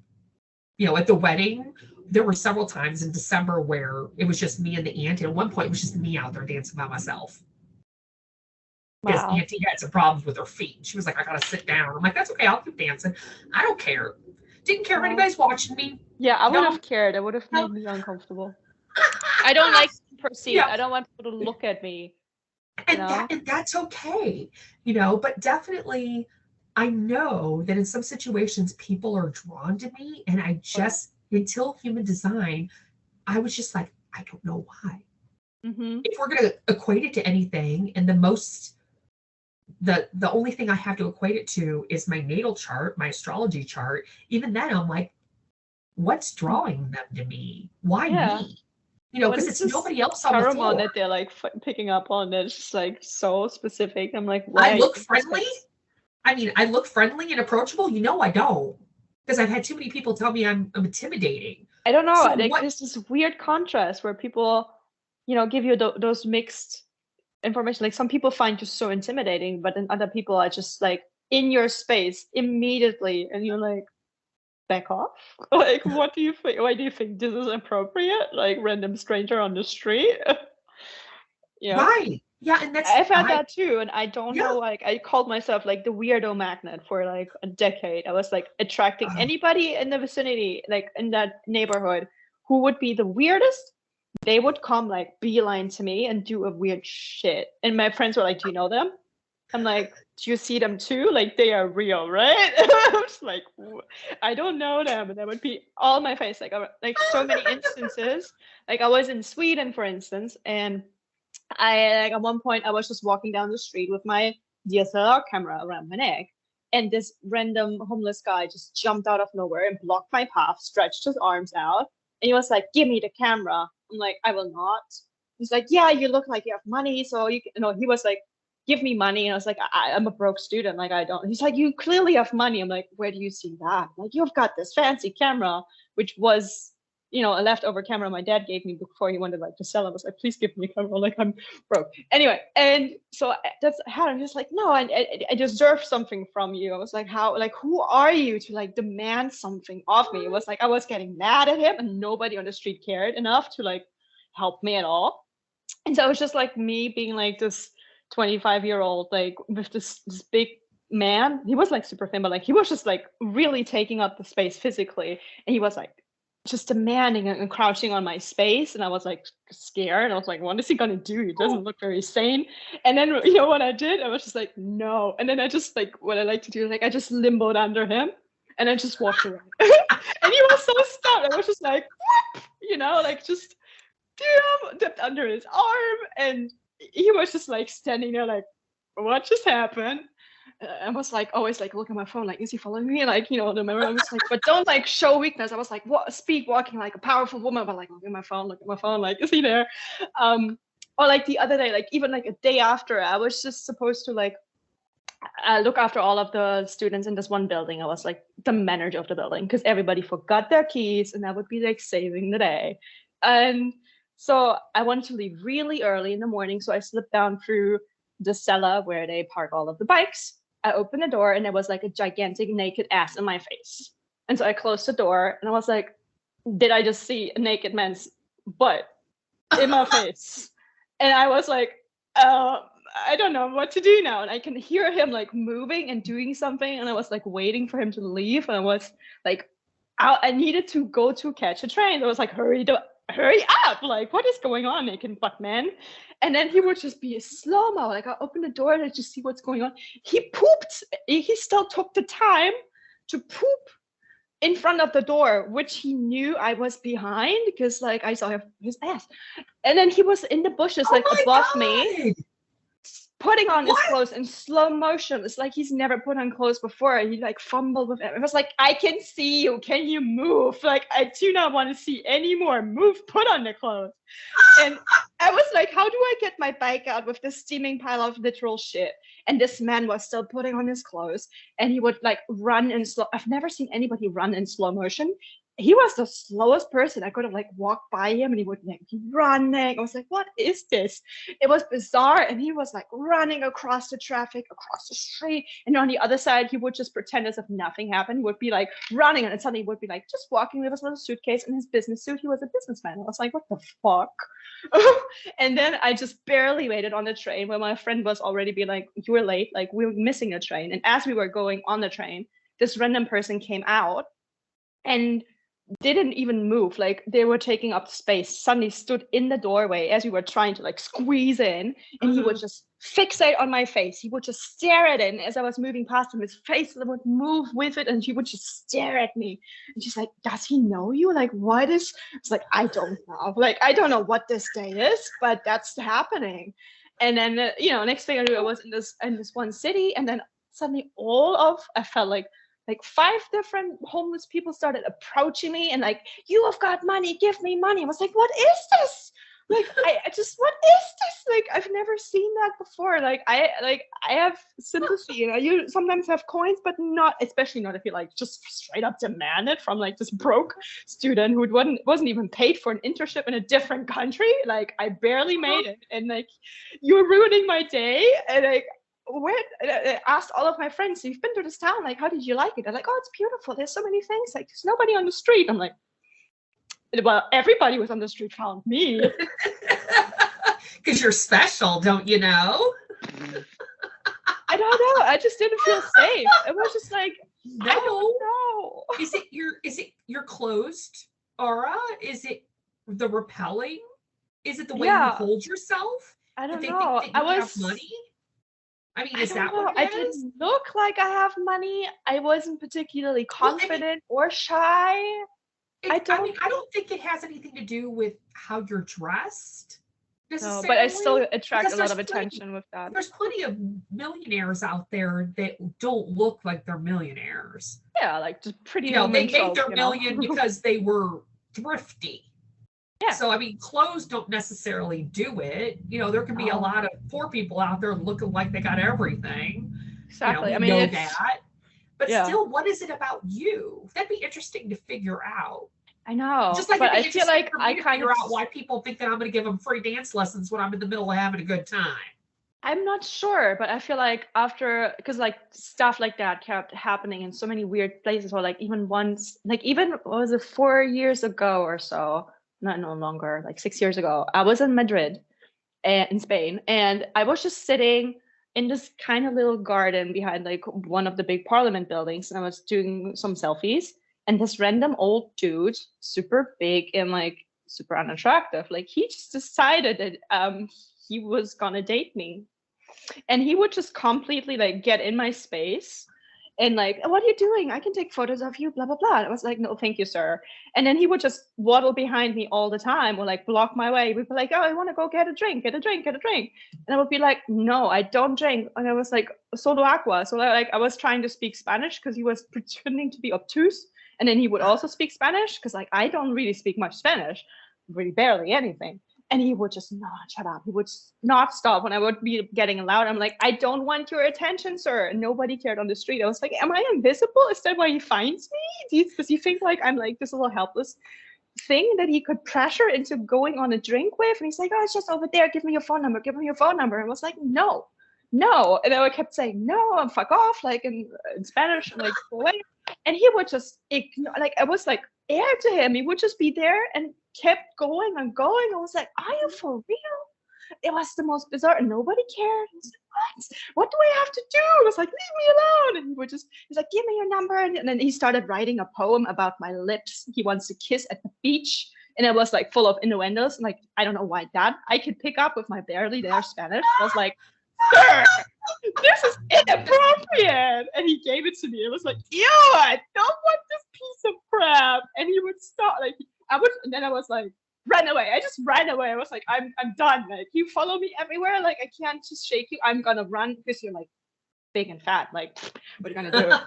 And there was no police, nothing. I was just like, what is this? And then I feel like on that day I was like, I'm so done with all of the awful people who like find me and then try to exploit me, or like weird sex poems about me, right? Like, or like shit in front of me. Like, what is this? And I was like, I'm done. Like, I'm not available to any of that crap anymore. And it's gotten better. Or like I can spot the weirdness, and I'm like, no, I'm going a different direction. Like, you can't catch me. I'm fast.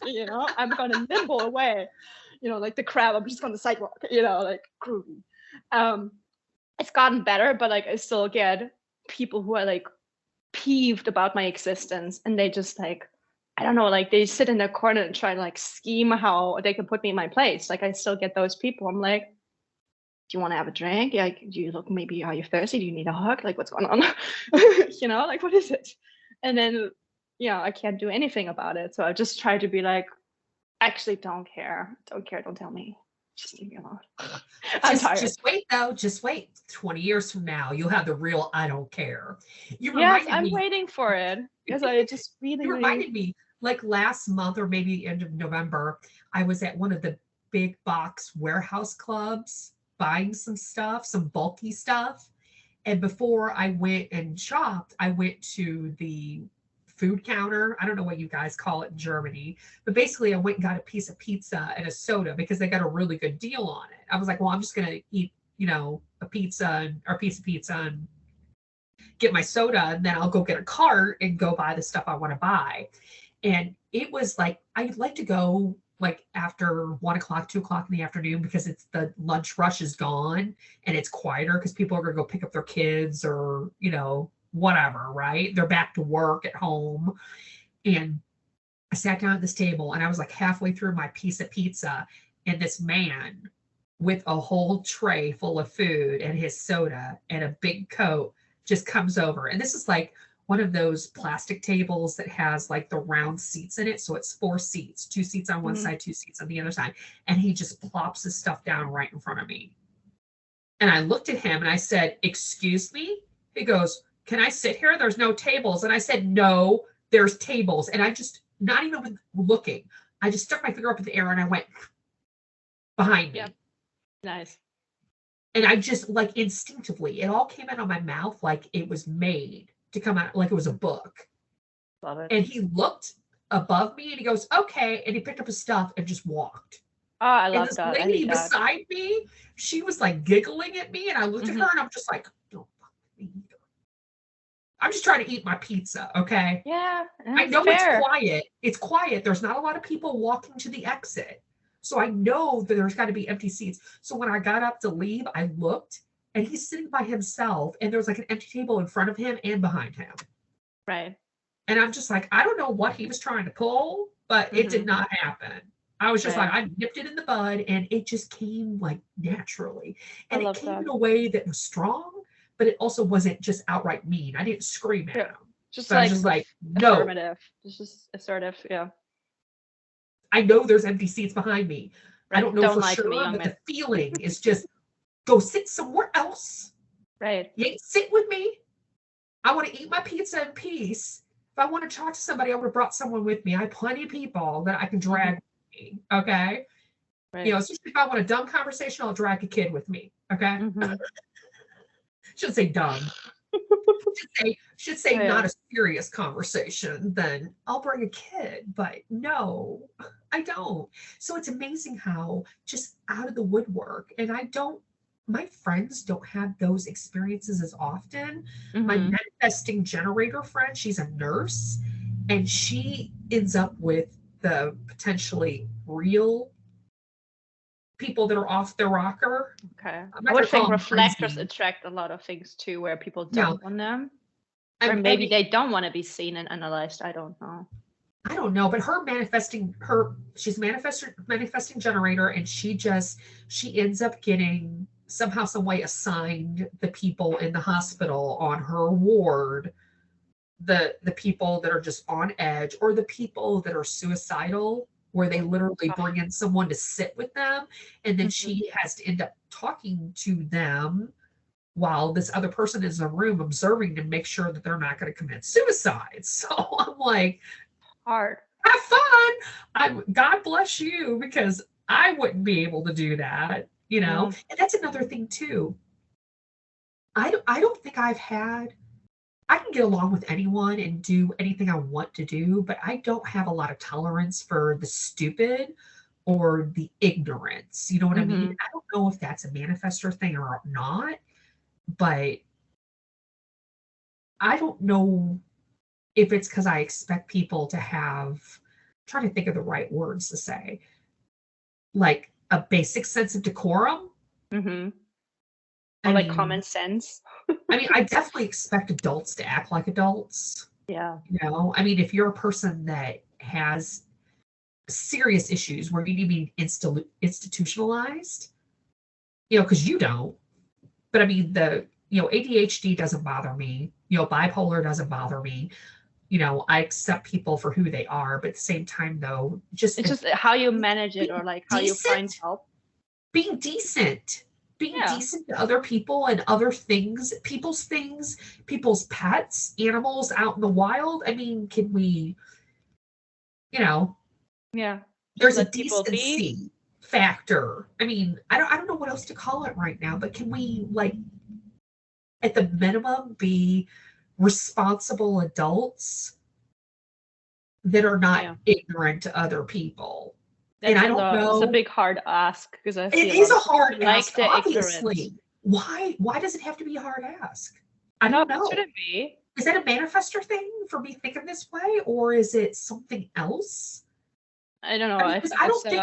I don't even think it's conditioning, because for me, it's not even me asking for somebody to act a certain way or follow a certain rule. I think it's just a lot of socialization also, like the way you've been taught empathy, and you've been taught to see different perspectives and widening your horizon. If you always live in your little bubble and you always have the same confirmation bias with everybody who's like saying the same things back at you.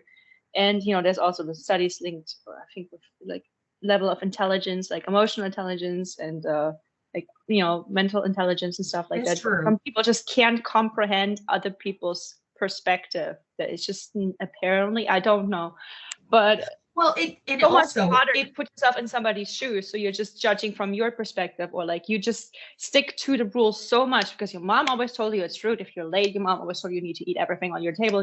Mom told you this and that, and then somebody does this and has the audacity to not work with these. Like, there's all of these, like, oh, you're these young women, or like when I wear headphones, some people are so pissed off that I'm not available if they would choose to talk to me, and I'm like, I put them on because I don't want people to talk to me, and you're being rude. And they're like, no, but like nowadays it's rude, or like, oh, you need to take off your hat and indoors, and like even if I just like dip in the supermarket, like nobody cares. And also, like, back in the day, ladies were supposed to like be allowed to have a hair, because like the entire setup, like it is just like all of these rules that people get so prissy over, because I guess they were scolded over it, and then they perpetuate, like, in my days I couldn't do this, so now you can't either. Like, I suffered and learned this, so now you have to do too. Instead of like, we paved the way, we changed it to make it better. No, we need everybody to suffer the same thing.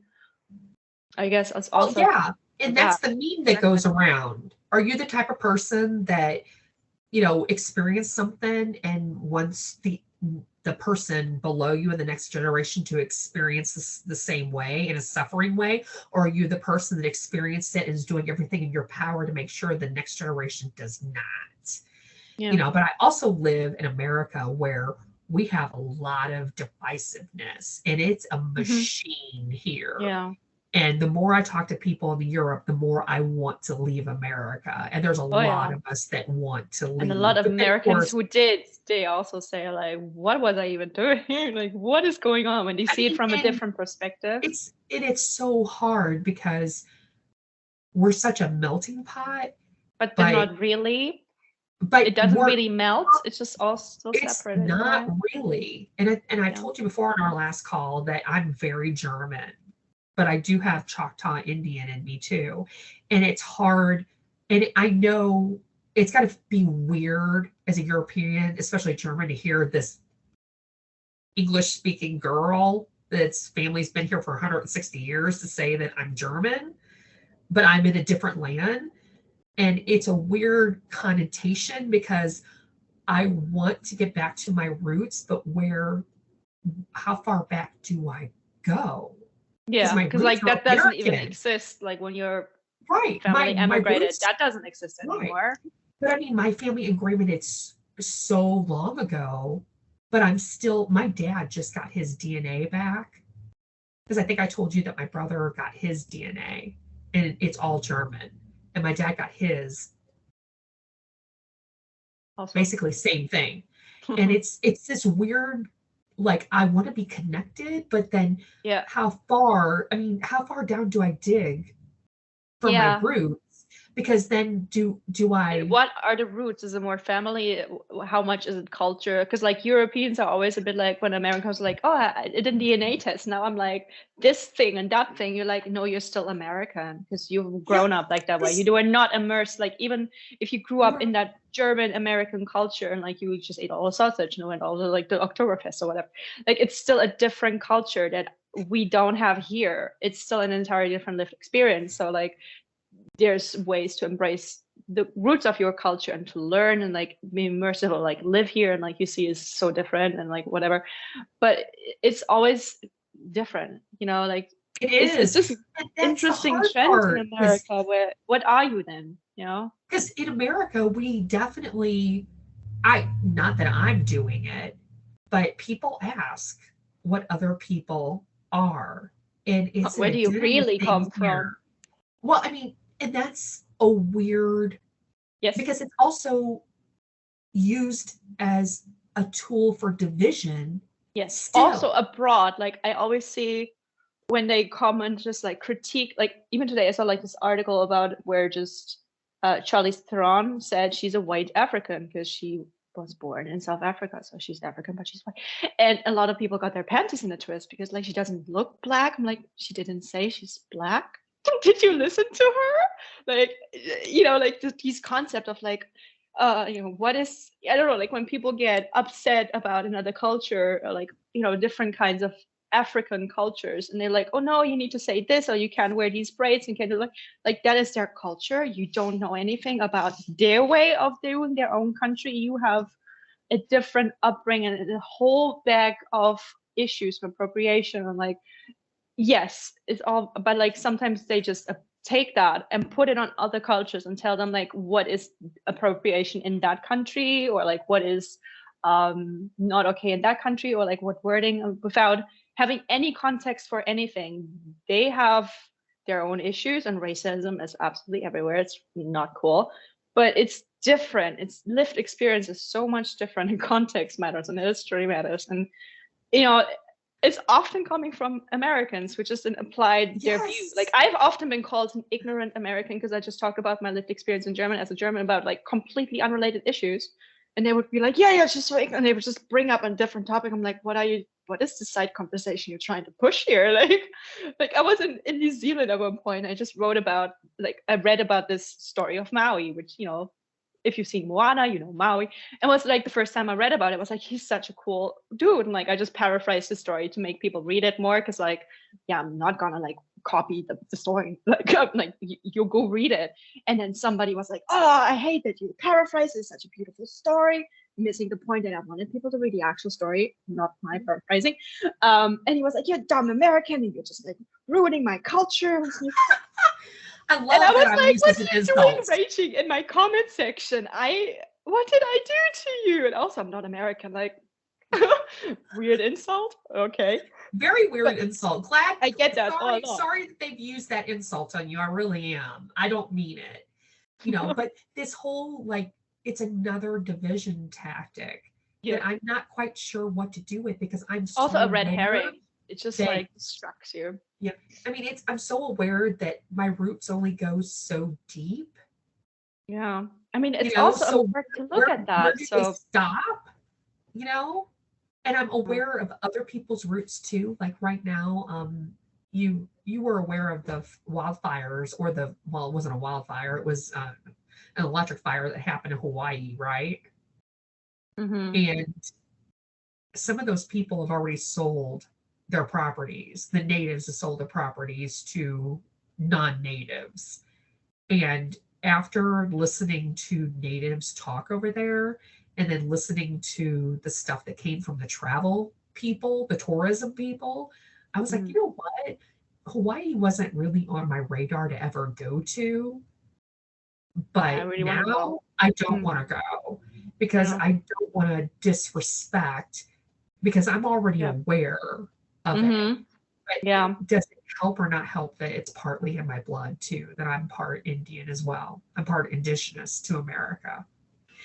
So the division here, and they use it in all aspects. They use it from what you look like all the way to how much money you have, and where your where your family comes in all ways, what color, what bone structure, what money, what education. The division is just terrible. And I try to not live that way and divide people that way. Where I'm at here in St. Louis, we're famous for asking people where they went to high school at. Is that even important? Well, there's two ways you look at it. There's the people that think that you ask because you want to know where they came from, so to figure out how much money their family has, what part of town they're from, essentially, which is not necessarily the case, because if you go to a parochial school, if you go to a Catholic or an academy, you're not going in your neighborhood necessarily. You know, your parents are driving you to a different place to go to school. But it also means that it might be better off, or like want better for their child, have maybe the money and resources to actually do that. So, and then, you know, so if you say you went to parochial school, then they don't know where you live, because you might not live near that parochial school. And then the other, I can't believe the buzzer on the dryer is going off. Jeez, sorry, I hope you guys don't hear that. Anyway, but then people like me ask, because I know so many people, that I want to know if you know somebody I know. Yeah. And when I tell people that, half the people go, oh, I'm the same way. The other half of the people go, no, you're lying. You just want to see how much money somebody has. And I'm like, I could care less how much money somebody has. I'm literally, you know, if you tell me the school, I'm going to tell you who I know that went there.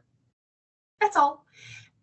Everything seems to be a division attack, or you know, something else to keep us in our place, you know. And I don't know how I've seen it for so long, and I've been aware of it since I was in middle school. I mean, since I was 12, 13 years old, and I know that that's what they're doing, you know, and that so many people just fall right into it. And again, is that a manifestor thing or not? Look at all the questions I could ask. Seriously. Yeah, I went through all this stuff. I have no answers for you, though. Yeah, because I'm always hello. I'm looking for the answers. I mean, sometimes just externalizing and thinking out loud is just for me helping the answers. But I'm also always aware of like how much can we ascribe to being a manifestor, and how much that could put us in this like very special important box that we're so different than others. And I'm trying not to. Also, I definitely, if you sent me back 300 years ago and put me on a throne, I wouldn't be sitting on it very long. You know, you would be in a tree and you would be chopped off. Be like, I mean, I'd be out the door with a whole bunch of dogs, whatever dogs they'd have there. I'm like, okay, all my dogs, come with me. We're gonna go. I would be one of those crazy kings. Like everybody inherits a little bit of piece of land. You dog inherit this. You dog inherit this, and then you all have names and sit at your table. Oh no! I would just be. I could not imagine sitting on a throne telling other people to do. When I worked in, I kind of like it, but I would like to be a benevolent.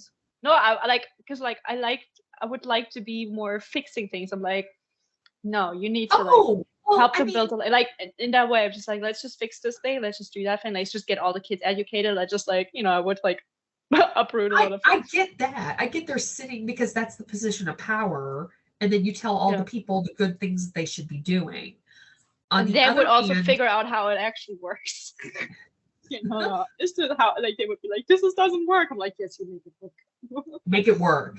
Make it work. Make it so. No, it reminds me of when I first started my job back when I was a teenager at the local amphitheater, where we were parking those 3,000 cars. And I was way out in the distance because it was going to be a super big concert. I forget who it was, but it was the first time we were using this parking lot at a hotel.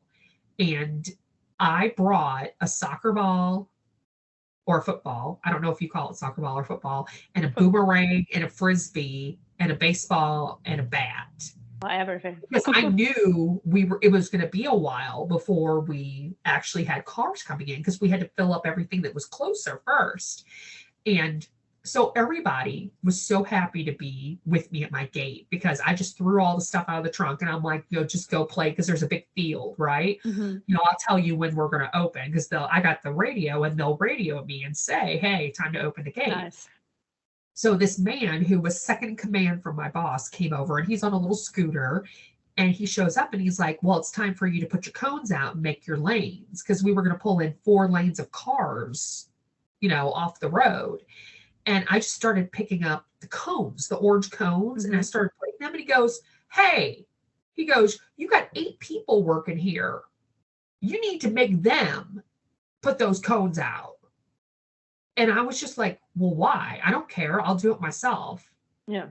He's like, well, as far as I'm concerned, you need to learn this now. You need to learn to tell them what to do.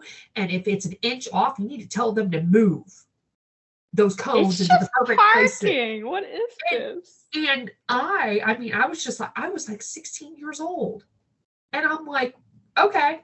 And he left, and I just kept putting the cones out. See, that's when I look back on those things, and I'm just like, when's the last time I really listened? Because basically my whole, not my informing, but the way I live my life is, if somebody comes along, especially a man, and questions me or says something to me, I'm just like, okay. Whatever. Or if he gives me a suggestion, I'll go, okay, thank you.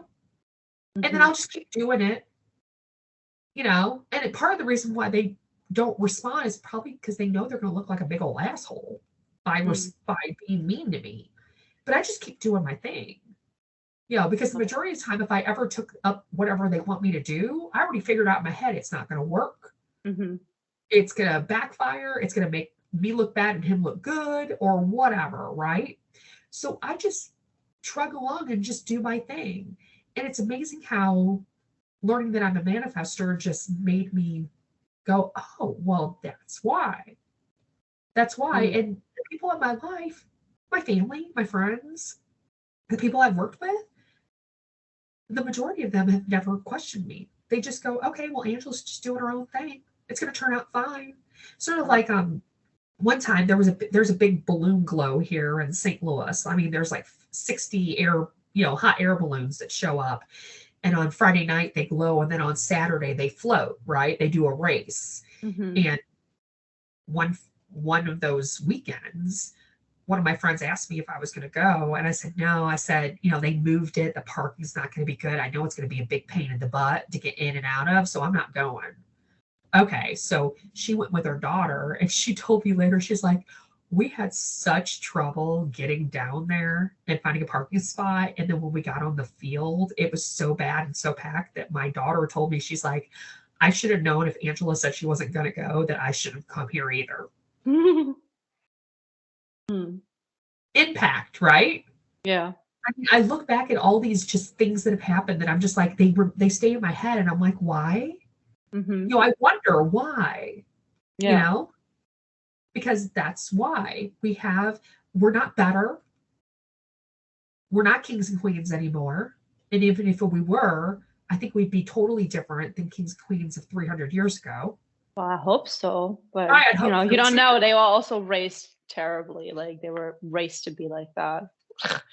So. Yeah, but I mean, if we were, naturally generals on the war field, or, heads of clans, or, helping groups of people, and that's indicative of me having that kind of HD chart where I'm supposed to be in a leader position, which I still don't quite know what I'm supposed to be doing as a leader position. I mean, leading is different ways. Like, what we've usually seen is like this male dominating people, managing person. But I like to lead people. I'm just like, I see what needs to get done, and I see who's good at what, and I will be like, you do this, you do this, you do that. And questions, like, I already worked out, this is the best way to work things out. We can switch things around. I usually fill in the gap that's needed. But I will be like, I already have the project figured out in my head. I know exactly what we need to do. Anybody questions? And I'd be like, no. And then I would just go shuffle off, and then they can come back and consult with me, or like whatever. And I'd be like, yeah, I don't know what to do right now. That's the big picture. That's the big picture. Are we all supposed to see the big picture? I don't know. I think it's also a neurodivergent thing for me specifically also. I mean, I'm only bringing up manifestors because we are 2 manifestors, and this is, we're free flowing, but still that influence is in the back of my head at all times. Yeah. I feel like we're not meant to be specialists as manifestors. We like definitely more aloof, observant, and then just coming in with a bang. And usually it's because we've dabbled in all of these random urges that in the end just really are connected, but it doesn't look like it in the moment. Because like just the stuff I did, I always admired people who were like, oh, you were a bartender, like you worked in this thing, you worked in that thing, or you opened this thing, or you had this project. And I always was so in awe, but I never allowed myself to do that because I was raised to be really square and really like straight path. It was like you have straight A's and you go straight to university, you have straight A's, and then you get a job, you get a car, you get a house. And like I was trying so hard to do that, and I hated it so much. So I studied 3 things at the same time, you know, and I managed to make it work. And you know, I was one of the last people who were allowed to do that, and I fiddled around. I got a second bonus degree on top of it as well, because why not, you know. And then I started this thing, I started this group, and I started like volunteering here and doing that, and you know.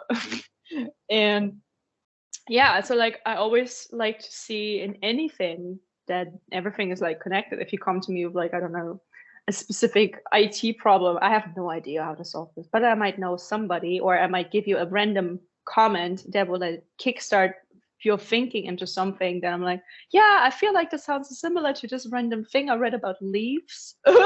You know, and it was like, so this is what happens with like this thing and that thing.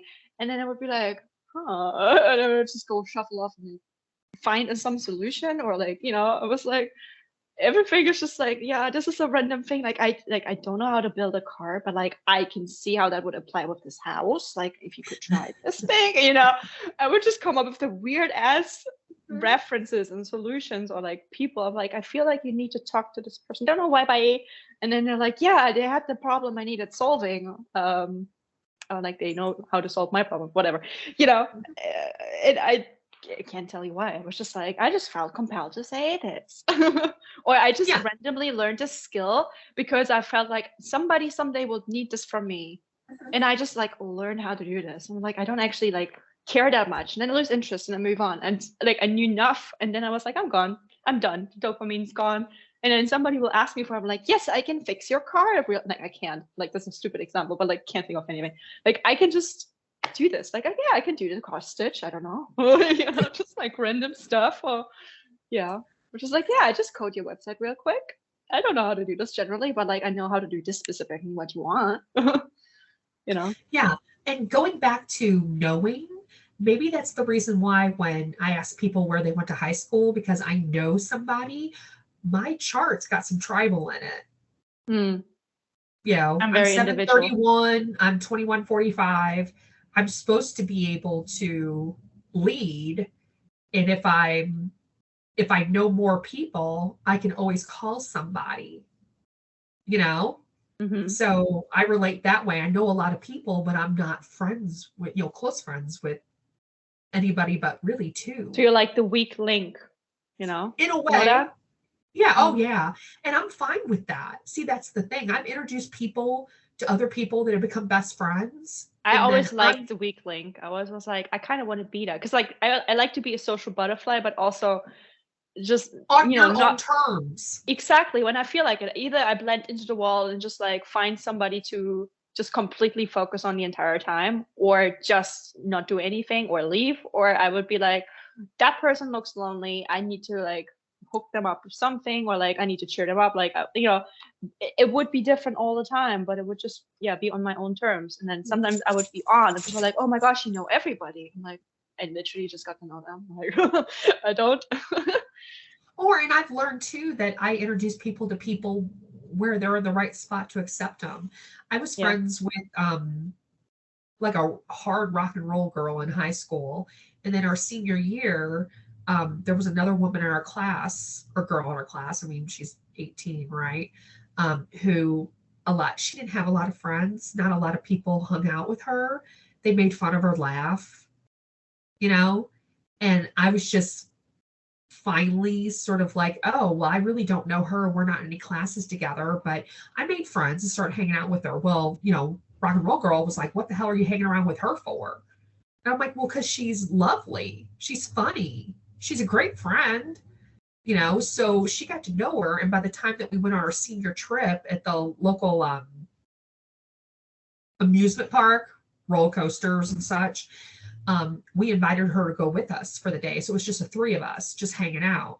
And it was funny because she hadn't, I forget if she hadn't been there or she hadn't ridden a lot of the rides, but listening to her laugh, that laugh that other people made fun of her while she's riding her roller coaster for the first time, like a big, fast roller coaster, was so much fun.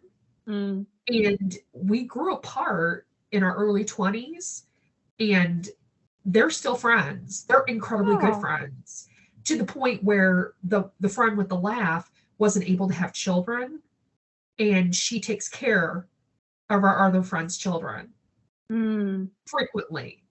Wow. So beautiful. And and that's another thing too. I've learned with a lot of grace that people come and go in my life, and I don't know if it feels like it's bad, but I think it happens to everybody. Yeah, I still think it's sad. I still mourn some things, but it wasn't anymore. It was just a phase. And my aunt, who was really close ended up becoming very close to the friend with the laugh until her death. At one point, she was like, "Well, do you regret not being close friends with them anymore?" And I'm like, "No, I was meant to get them, because they wouldn't have been friends without me. Rock and Roll Girl would have never gone near Funny Laugh Girl, ever. I mean, she sort of shunned her. When I introduced them, and we were friends for probably 7-8 years, a good group. But again, I think I would love to tell people that you're not usually friends with the people that you were friends with in high school.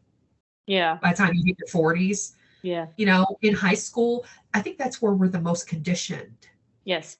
And also more reliant, because you don't really have the option to just be by yourself, and that's really much more impactful. Yeah. So we trudge along with our friends, and then we go to college, and sometimes your friend will go to the same college as you, especially if you stay local. And then life happens. You start realizing who you really are as an adult, because there's no daily system anymore that is putting you with the same people in the same classrooms with the same teacher. Right. And you've got comparison too. You can oh God, I don't like this friend. Like looking at all of the other ways people are or can be or behave, or especially towards me. I'm like, why did I accept this as friendship? This isn't anything. Right. So it's natural. And I don't look back at either one of them with any animosity or hate or anything. I still send both of them love, but there's been several times, and that's the biggest one, where I've introduced people that might not have necessarily ever been friends or even talked to each other, and I think that's important, that we need to remember too, that we can become fully realized human beings by the time we're 30 if we pay attention to what we're really feeling, and not what society is trying to program us or make us do with the silly rules and the norms. Yeah, and just not following. Because we can be who we are, and then we can go ahead and go, hey, you know what? I'm no longer in that same place with you or you or you or you. And family too. Yeah, I'm no longer in that place with family members. Yeah. Right. And see, that brings me to serious relationships, that we somehow, some way can't just accept that people change also. Yes. Yeah, because sometimes it feels so personal, or it's a mirror to us as well. Oh God, they've got this stuff sorted, or they have this new phase in their life. And then you just look back. I don't know, I feel like a lot of people then just use that with comparison, which of course is bad. They have their own path, I have my path, and maybe we grew apart, maybe they've changed, I've changed, everybody changed. It's just really, like they say, the best kind of relationship advice for any relationship is just to love, to accept and consciously choose to be with that person, or keep that in their life in any shape or form they show up. If they change into this, if they change into that, and to still see, do I still like them in that way? Do I still like them at their core? And do they accept me? Like, so you can grow together and support each other, because everybody grows differently and all of that. And like sometimes it really isn't a match. It's fine. It's just sad. Yeah. But to not then try to stifle them and keep them in that role that you cast for them, or that they fit in neatly and then they break out of. Like, I always notice that every time I travel for a bit and I come back and I feel like a changed person, my entire worldview changed, and I come back and nothing's changed. And then I get like, oh, you used to do this, or you used to be like that, and you didn't that. I'm like, yes, past. This is what it is, past. Don't try to force it. That's so silly though. Yeah. You know, because I don't expect people to be the same all the time. I relish the fact that people can change, especially if it's for their better. And if that includes me not being in their life anymore, then I wish them well. Totally. Yeah, but that's a different level of like emotional maturity that a lot of people have. See, can't we make all these people be more emotionally mature? Huh? Can we? Can we make them? Can we make conform them? Yeah, that's what I'm gonna force on people. Hey, that would be the good impact we can do. It's like, you know, well, gentle parenting everybody. Yeah. Like, oh yeah, sure, you're right. How does that feel?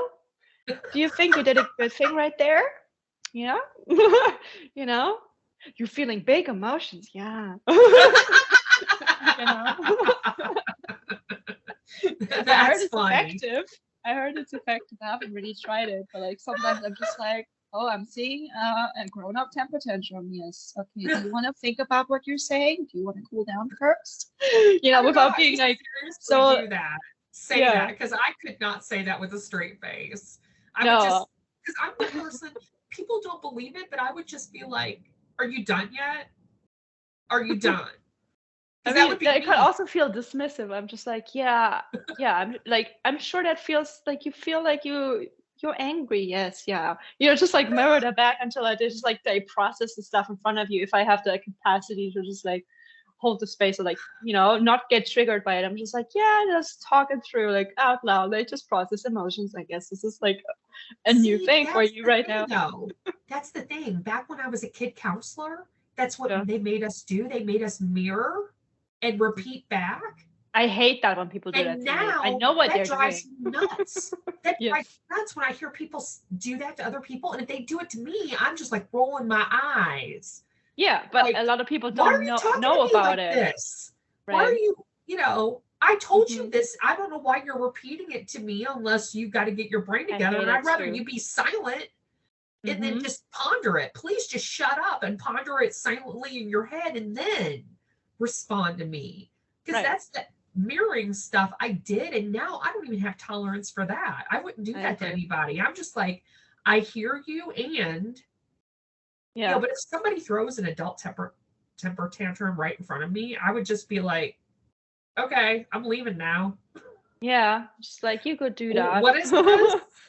Can't we just be, because what happened to just being honest to people? Because you can be honest to people without being mean to people. Yes. And when did honesty become something that people don't want to hear anymore? When it feels personal, when everything has a trigger and it just challenges their ego. But the thing is, though, you know, I mean, it's sort of like these women that get mad that a man will look at another woman as they're walking by. It's like, girl, don't you look at the occasional man that walks by? Because I do. It's similar to like kids when you tell them to not lie, so they get really good at lying because they feel like they're getting punished for things. So like you raise them to be deceitful in some way because they don't feel safe expressing what they feel. Like, you know, like with like that example of the relationship, if you're like in a, you know, monogamous relationship, you don't instantly just like, body doesn't like shut down and find everybody super unattractive and you're the only person. Like that's not how biology works. And sure, like there's people who argue like, oh, humans shouldn't be monogamous, blah blah, but it's still a choice. Like you can still keep your pants on, and if you don't trust your man to do that, I'm like, maybe you should have like, maybe put yourself first. Like that's not what you deserve, right? Or like just be like, yes, you oogle other people, they oogle, like I don't know, there's different things you can like also communicate what's the line, like where you cross, like how much is it cheating, also why do you feel like so testy Right. about it, because sometimes there's a different issue of past trauma or like, you know, whatever that comes up, and it's always difficult to be like, how much do they then have to accommodate that person in pandering, that it doesn't become enabling, but it helps them heal and in a safe way. You know, I think like that's why relationships are like one of the biggest triggers, but also the biggest way to heal, because you can't really heal alone. So yeah, it's Interesting. weird. That's an interesting take, because I think we're different generations. So it's, from my side, I had a partner 10 years ago, long-term partner, that he had been cheated on with both wives. And I knew his second wife, you know, and his first wife, I met her, and But he cheated on his wives, or no, they cheated on on him. Okay. So he told me, he's like, you know, how honest are you? And I said, well, you know, I don't, you know, I mean, I started my relationship with him, I guess 20 years ago now. So we broke up 10 years ago. And I'm like, well, I'm trying to be, but you know, when you're 29 years old, you know, you're still protecting your heart and yourself. You don't know. And he taught me so much about true honesty. Like, we could talk about anything and there was no shame, like, at all. See, and that's it's hard to find that kind of relationship. But he told me, he's like, if you ever feel the need to cheat on me, just tell me before you cheat. Because sometimes there's just an emotional thing attached to it that makes you think that. And I never even thought about it, because I'm not that kind of girl. I mean, when I was in high school, I was always dating, you know, always had dates to dances. I mean, it wasn't like I was, you know, asexual or anything. But at the same time, though, I was very much saving myself for someone who I knew would be best for me. And it wasn't any guy in high school. And I also was very much I knew then, and I still am now, I'm attracted to a very smart brain before I'm attracted to anything else. Yeah, so I tried having a once night stand once, and this man was like, he was worth a one night stand. Like, he came with the whole package of, he's going to do everything in his power because he got tricks, and it still did not work. I did not, like, I tried, he tried. I mean, there was nothing. Oh, come on. Don't get over here. I'll pet you. He's like, no, I want to go outside or something. Yeah, because it's been a while. But so back to my partner, I never ever even fathomed. I never looked at other men. He would occasionally tell me, oh, look at that guy checking you out. And I would just be like, in the middle of eating something in a restaurant, I'd be like, I don't care. Yeah, exactly. Just checking food. I'm like, there's tacos there. I'm eating the taco. I don't care. And he taught me so much that has bled into now, that I can't fathom cheating or being dishonest or not being my true self. Because if you can't be 100% open with your partner, then you're not 100% open with anybody else in your life. And like I say, when it comes to cheating, if you cheat on your partner, especially if you're married and you signed a contract or you promise in front of God, that's the last person you should be screwing. And if you screw your partner or your husband or wife, forget it. You're a piece of crap. You know, period. I don't care what the reason is. You could have said, hey, guess what? I'm having feelings. Maybe we need to talk about this. Yeah.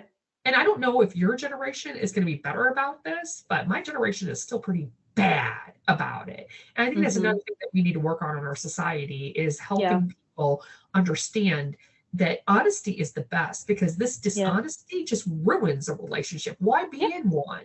Why be in one? It's a pointless waste of time if all you're going to do is go to your girlfriends or your bros, hey, I think, you know, he or she is doing something behind my back. I feel something.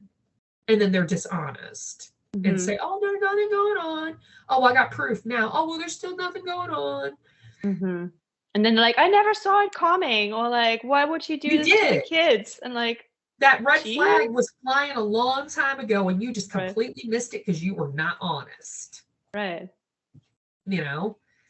So that's something too. So I strive to be as honest with everybody as possible. I've been, you know, I have a friend currently that's not in the best relationship with her partner. And I've had to, you know, it's been like 4 years for them. And I've had to go through my brain on how to react to things because I don't want to be around this man at all. Yeah. And it's one thing if you're in your 20s, and it's another thing when you're, you know, middle-aged. Yeah. So it's a constant work in progress on how to be around people and deal with people and then still see the dishonesty, but then you want to be honest, but how honest also, can it's you not be too? Your business too. Like, how much can you insert yourself? You can't save other people. And exactly. Yeah. So, you know, I just, you know, I've told her for years, I'm like, I hope you find a relationship where you can be 100% honest with someone. Yeah. Yeah. Because I found it once, and that's all I'm striving for the rest of my life. Love it. You know, because if I can't find a man to be honest with, I'm not going to be with anybody. Right. Like I feel like one of the biggest weapons women have is like when they realize they're actually fine being single. Like, I've never been in a relationship. Like, people always like, how can you? Like, oh, do you miss this? And you're like, I wouldn't know. Like, I'm fine. Like, I'm seeing so many relationships where I'm like, I do not want to trade with you. Like, but like having somebody warm in the bed, I'm like, yeah, I have a water bottle. Like, like there's so many options that, do you want somebody to hug? Like, I go hug my friends. I have emotional conversations with my girlfriends. Like, I can like meet people all over the world. I can take myself on fancy trips. Like, you need to offer something to me, like. Well, that's the thing too. That's a huge social pressure.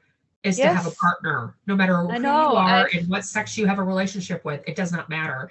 And I've always been very much, the breaks that I've had, people have been like, why aren't you dating? I'm like, well, because I haven't found anybody yet. And then after Ed, I was like, well, now I got to find somebody that's just as honest as him because I'm not settling for less, but also I tend to be untraditional too. Like, I don't wear a ring, no engagement ring, no wedding ring. Because that's hot nonsense too.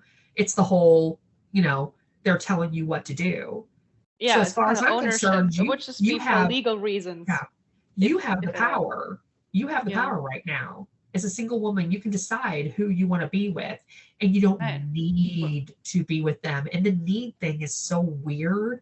Like, it's also this manifestor thing. We don't need anybody. See, but if we pick somebody, we're like, because I like you and I want you in my life, and then like you should have this world, whatever. But like, I could still walk away. Like, it will be painful, it will be horrible, but like, I'll be fine. A lot of people are just like, even the other day, somebody told me like, it's fascinating that you're fine being by yourself all the time. I'm like, I like that. If I get lonely, sometimes I clock that too late, but I'm like, I just need to like hit somebody up, like, hey, I just need to like hang out with you. Like, can I get a hug? Like, blah, blah. Just like, and then I'm good. Like, I'm peopled out now. Okay, fine, thank you. Or something like that. Or just when I traveled, I was like, oh, today is a people person day, and tomorrow, like, I will not talk to people. Like, leave me alone. I don't want to mix and mingle, right? And I just love my company. I really learned how I'm actually pretty good. Like, I can take myself on fancy dates. I can go to like a restaurant, a museum. I can just go hike. I can just go sleep. I can go paint. Like, nobody's there to tell me what to do or make me compromise, which I hate. I hate the word compromise because usually it just means that you have to give something up, and then the other person maybe also has to give something up, especially with women. This is the martyr, blah. You have to change him. You have to raise this man. Like, no, I don't want an extra kid. Like, what? So no, like, you need to like be an independent, fully formed person who's also like working on themselves. So we can do that together and like have this amazing synergy and like vibing, whatever. But if not, then it's just not a fit. I'm like, yeah, like, thanks for hanging out. Like, on a bite. It's just you should just be rolling in this energy, period. because I'm going to be the last person that tells you you need a man, because that's stupid. It's absolutely stupid. None of us need a partner. And, I'm blown away still that This people in our wholeness 20s concept. are still like, oh, what would I do without anybody? You'll survive. But I don't think it helps either. At least in America, we live in, a world right now in America where it's very hard to afford anything on your own. Yeah. And then women are less likely to move in a house with another woman and share an apartment or do that kind of thing. Men could do it because they'll just live with slobbery with each other. Not that all of them are Slavs. I'm not saying that, but I think roommates are looked down upon now versus 40, 50 years ago. It was the thing for women to get out and live. I mean, Laverne and Shirley, right? You know that show, don't you? Don't know? No, I know Ally McBeal. They did that. No, this show was like back in the 1970s, and it was women in the 1960s two women living together and all their crazy adventures. Dating and working in a bottling factory and that kind of stuff. So it showed the world that at least in America, that two women could live together in an apartment and afford to go have fun. Nice. But even now that's hard for two people that are not married. Because also in America, if you get married, you get tax benefits. I know. Or even if you're solo not married, travel, you're missing them. So in your situation, if you can, you should wait until you find that person that you totally jive with, because it's worth it. Because every moment that we spend in just doubt and the negativity and the unsureness of a person that's in our aura and is really in our aura is wasted time. Yeah. We don't and need it will just anything messing with infest you. It will just rub off, like how we become similar to people we hang out with the most, and then adopt some of their mannerisms and their views and just their energy. Like if you've got somebody who just doesn't have all big ambitious goals and you just want to be that starter and want to do the thing, you want to travel and you want to run the business, and they could just not be bothered, then you're just not a fit. They're a blob on a couch, in your house. Yeah. You don't need that. So you have a big pet. Except that he talks back and occasionally expects you to do something for him. Like a cat. And if he's not good anyway, then he's definitely not good in bed. So just saying. But still it's, we do your thing and live your life and take all your travels now. I mean, I'm sure other people tell you that somewhere along the line. I mean, I shouldn't say this because you're younger either, because we all need to be traveling. I mean, I did the travel. I need to be traveling to Europe right now. I need to drag family and dogs over and just get it over with. And just get a small minivan and just pack everybody in it and pack a tent and just go, Yeah. Yeah, you should look up gray nomads in Australia. I love that trend where have you heard of that? Where it's just at a certain age, retirement age, they just sell everything and then buy themselves a camper van with a house. They can just fold it up as a fucking house, and they just travel around the country, because Australians never explore their country. They always go to Bali, abroad, because it's actually cheaper than traveling in the country. Oh, that's crazy. Yeah, so they finally actually see what Australia is, because it's huge, and they drive around, and so you see these cars, and you're like, "That's a gray nomad." You can spot from a mile away the way they cars. It's not a camper van; it's a very specific half tent, half house situation on a truck. Yeah. And it's amazing. And I'm just you go for it. You live your best travel life. I love it. That is awesome. That is awesome. Because we all need to be doing exactly what we feel like we need to do. Yeah. And you don't need to wait and save it for a rainy day. When I did this cruise, I was hired to do coverage on a cruise in the Caribbean. And I was by far the youngest person. Everybody was just 60. And I was there 20, 9 or whatever, and I was just sitting by myself at these fancy tables, and everybody had a sort of butler, it was a fancy cruise. You had to dress up in a gown and shit. I was I don't even own one. So I was there, and everybody would just talk about me and look at me, the typical I did not want the attention. And then every time somebody would invite me over to that table, be like, "You look lonely. Do you want company?" I'm like, "Never." And everybody was lovely. I'm usually just like standoffish. I'm like, I need to sort of the vibe, and then I can see if I'm okay with it. Um, but they were all lovely, and every single one of them said, "I wish I had traveled when I was your age. Now we have the money and the time to do all of this cruising, and we don't even want to go off the boat. Like, we don't care. My knees hurt, my hip is weird, the humidity, and then the boat makes me sick." And they didn't go on any of the cool things. They were just hanging out in the lounge and in the bar and in the next restaurant, this restaurant, and like they watched somebody like perform a Robbie Williams song, and then they went home. I was like, "Oh my God." And they were like, "We wish we had not waited until like all of the kids were, we always said later. Yeah. I was like, because you can still throw everything in a backpack and go. Yeah, and I did. You don't have 20 medications that you have to take, and all the vitamins too that those poor 60-odd-year-old people have to take now. Yeah, and that even is hard to take across countries because maybe you're smuggling drugs suddenly, and they're like, "Oh, this is just a vitamin, and this is just to make me get up, and this makes me like calm down and whatever." Like there's so many rules and regulations. It is so hard when you're like older and have problems, or like you have suddenly like a family. Like everything is so much harder. But like for me, I'm just like, yeah, I'm single, loving it. Like I can just go off. Like, when people are like, "Oh, where are you going to travel next?" I'm like, I don't know, but maybe next time they call me, I'm like, "Hi, I'm in LA." Oh, well, just do you now. Yeah. Be a manifestor in the sense that you can go and create anything you want because you have no boundaries and no limits by anybody else in your life, whether it's a human or an animal or whatever. A good time too to start doing it to your family. Yeah, they don't like that. They don't like it when I do that. Well, then you need to find other more diplomatic ways to do it. Because I've definitely been able to. Like I said, I can leave the house and say, "I'm going so and so." That's all I say.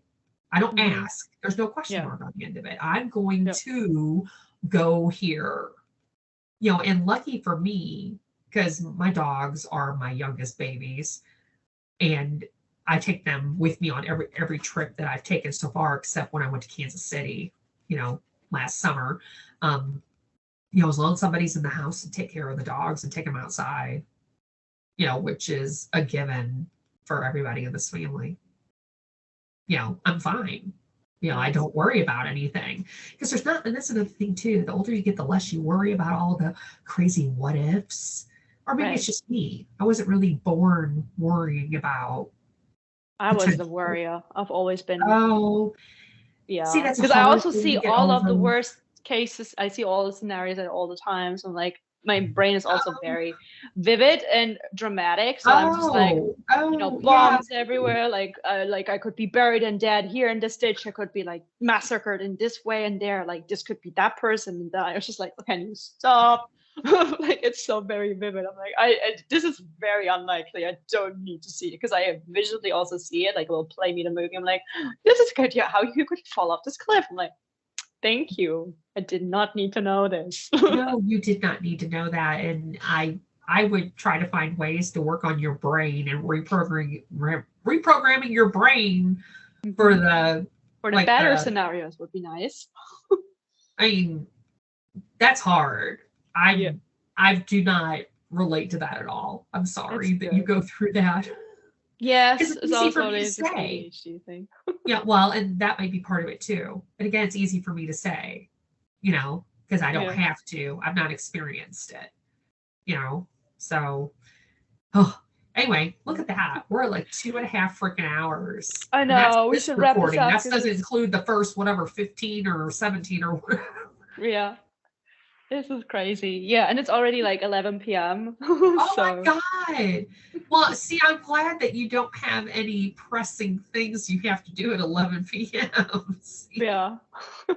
No, I don't. I'm just going to get a quick snack and I'm just going to dip. Yeah. Thank you.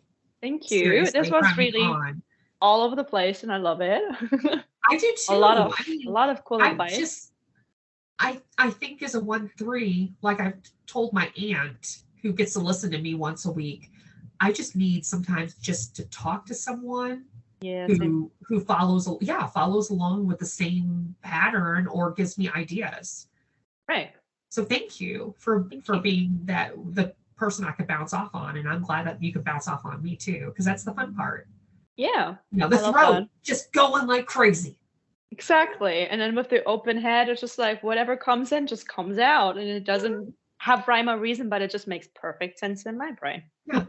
And I'm not rooted to anything, and my Yeah. spleen is, it's got a hell of a lot of gates activated, but no channels. So, I too. I just learned, oh, lucky you, because sometimes I wonder, I don't know if it's a good or I bad have thing. this.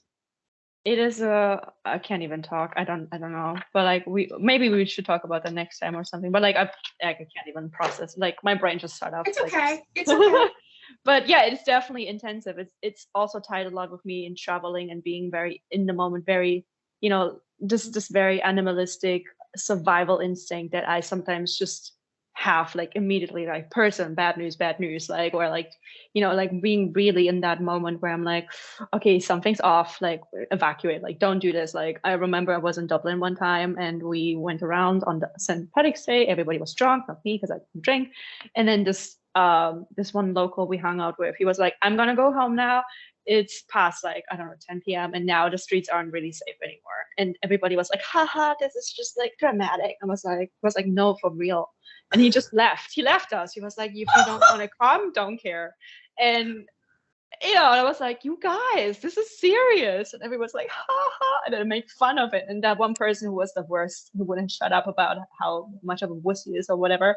And they always wanted to go through the parks. I'm like, we're not going through the parks. Do you see there's people with like stuff in their hands? We're not doing this. And I was like constantly like herding them like this way, like, no, not this street. We're not doing this street. I'm like, this street is weird. And I was just like, oh my God, like, keeping these unruly drunk giant kids and then we had to part obviously, and then this person would still make fun of the advice we were giving, and I was like, you will regret it.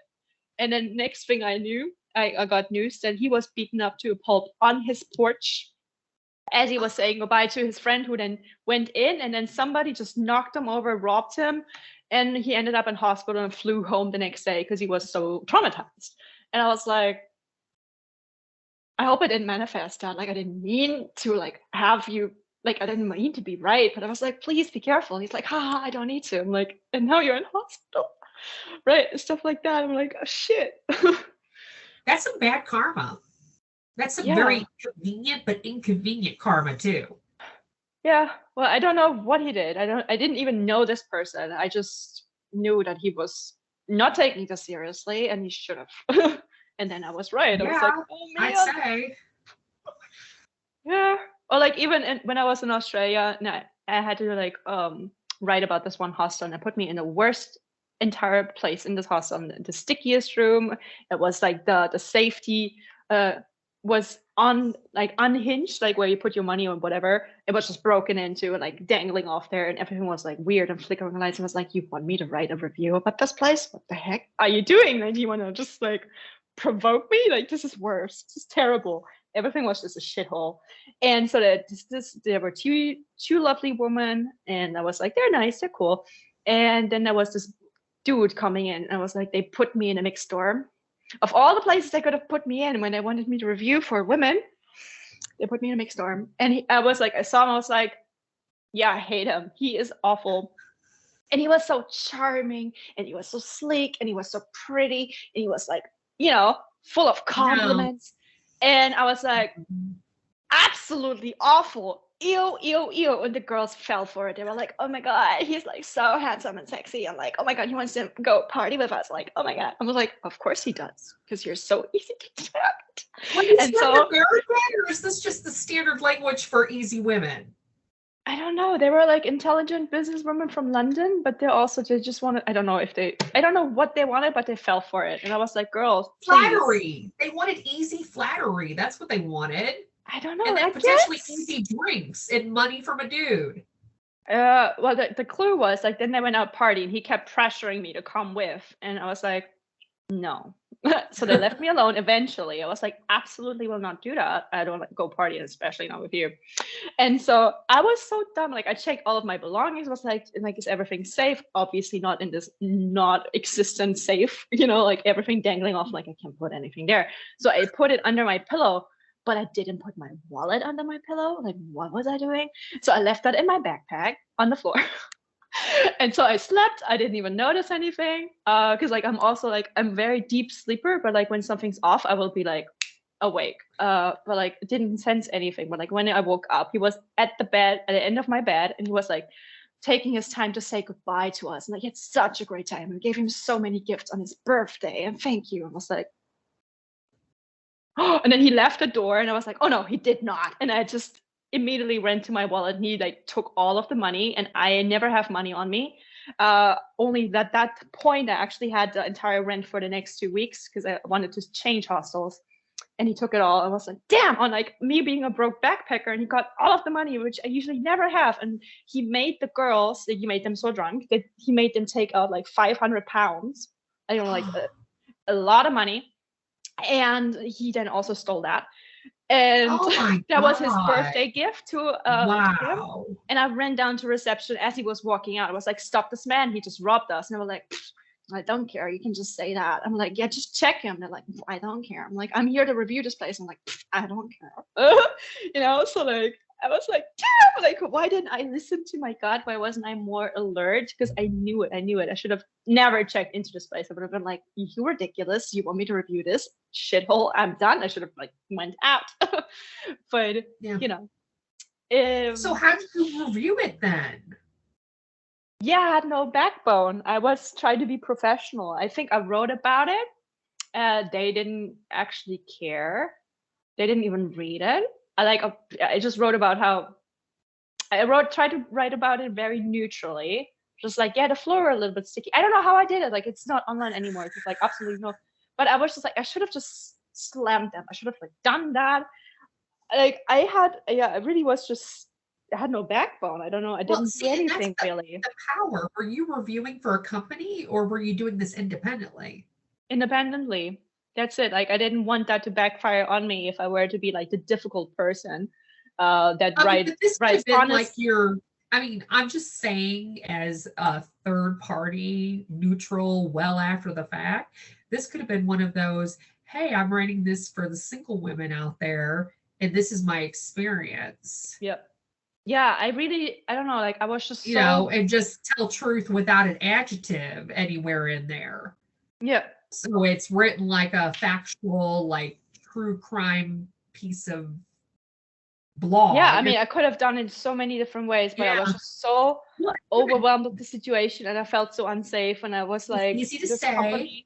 And I'm older, and again, I don't give the shit now. So but now I would have just like slammed them. I would have like maybe even sold that to like some newspaper, like write about this shit, like look at this, But I didn't even do that. Like it's crazy. And I had a couple of these instances where I was just like, oh, I kind of want to be like at one point I actually was at a place where this lady then she got hold of my luggage and she refused to release it, which is so illegal, without me showing her the article up front because she knew she was a bitch and like it was a shithole as well.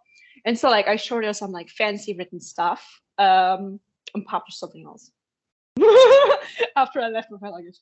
But it still was way too nice. I was like I should have just like honestly just slammed people, but like it was so hard in the travel industry. I always felt like I needed to appease people so I wouldn't be the difficult one who ruffles feathers and will be like not invited. The word nice. Yes. The word nice is the what problem does it here. Mean? Is this wrong? Because I did a disservice to other people who would be like, yeah, that sounds like a good place, and then I wouldn't even protect them from it. Like, yeah, it wasn't good. Stop worrying about being nice. Nice is not the word anyway. I think kind is a better word, but then but they didn't deserve that. No, they don't. Exactly.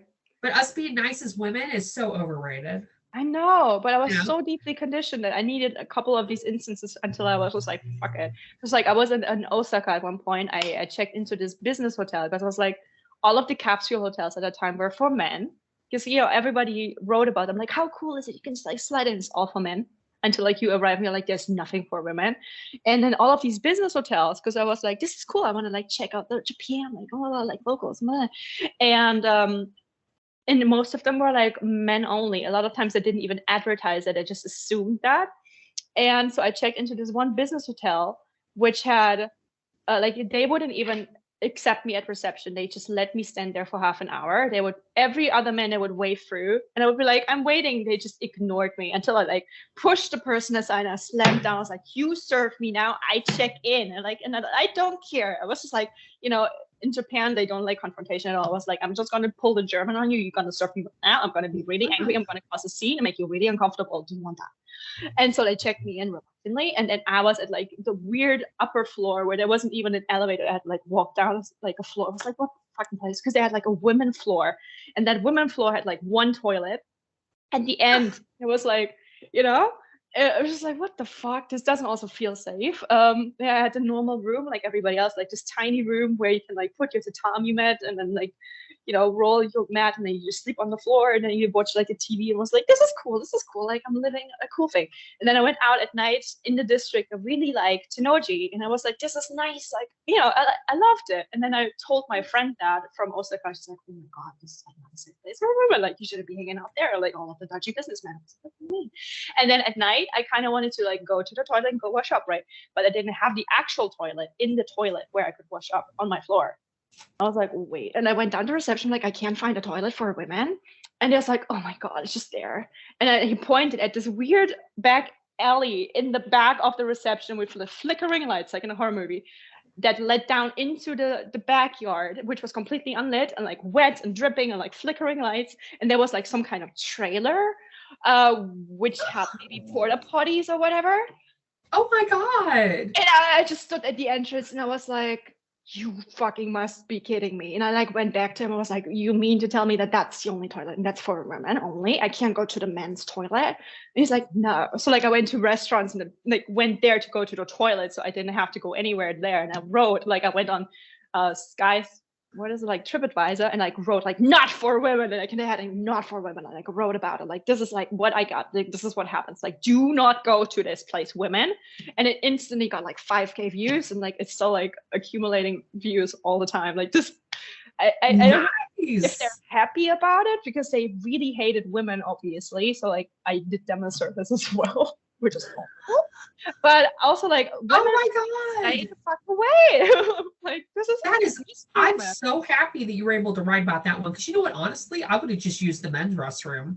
I wouldn't have given a shit.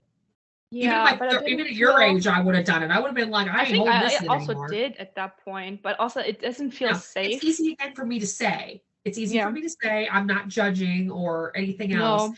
That's an asshole move on their part. It's so bad, but it's also really unsafe because, like, generally, I found Japan one of the safest travels. Because like you can leave your stuff and people would like run after you and like, you forgot your wallet. Like people don't steal. It's really cool, and they're honest, and they're well, except for like cultural things, they will not tell you if you do something offensive, like with whatever gesture you didn't know, or like word, or like, you know, the unwritten rules are so horrible. They will not tell you, and you're like, I need you to tell me. I know what is going. I don't know what's going. But also, if there were something to happen to you, because there's a lot of creeps and, you know, like really weird like sex crimes and obsessions and kinks that they have, and like, you know, they also like filming upskirts, you know, stalking you, following you home and stuff. Like police do not ever care, even if something happens. They're like, well, I come back if something happens. And when something happens again, like, what did you do? Like, think about this man's career, blah, blah, blah. Like, they don't care.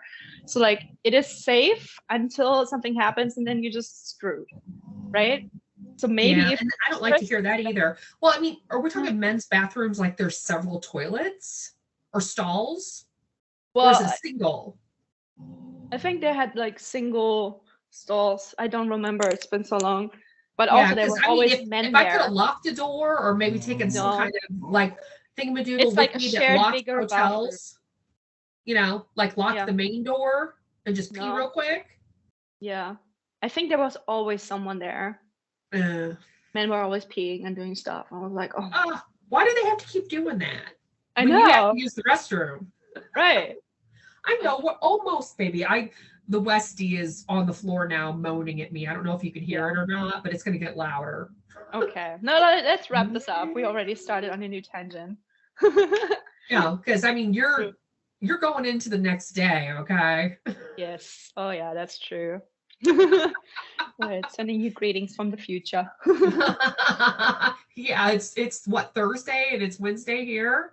Yeah. I mean, it's That's still crazy. Wednesday here. It's still Wednesday. Still. Yeah, for another what, 50 minutes or something? Yeah, like That's that. funny. All right. Any parting words you want to leave the audience with?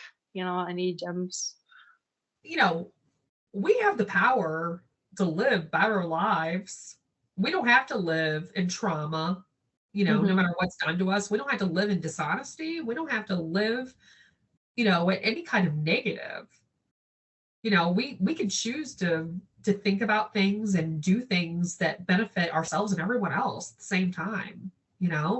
If a society, we can just find integrity all around the world, we'd live in a much better, easier place. And I don't know why we can't just have an easier experience on this earth. Why it has to be so difficult. I don't know. Here's my 1-3 thought right there. Let's do some question again. See how we can live. I know we can live better. We can be happier. I mean, at least we could be in a space where we're calm and undisturbed, if happy is not the right word for you. Yeah, just more contentment, not just settling, but like being, striving to better. It starts with you. Starts with you. Where's my camera? There we go. Thank you so much. Seriously, I really enjoyed that. If you can tell. Likewise. We got to talk again, because obviously we might be able to find 1 or 2 things to talk about. We should have a whole talk show. Like, there you go. The show that men don't want to watch. Exactly. That's how I like it. If you can't tell with all of my branding of the obsessive pink and yellow in your face, feminine. What? On purpose. It is on purpose.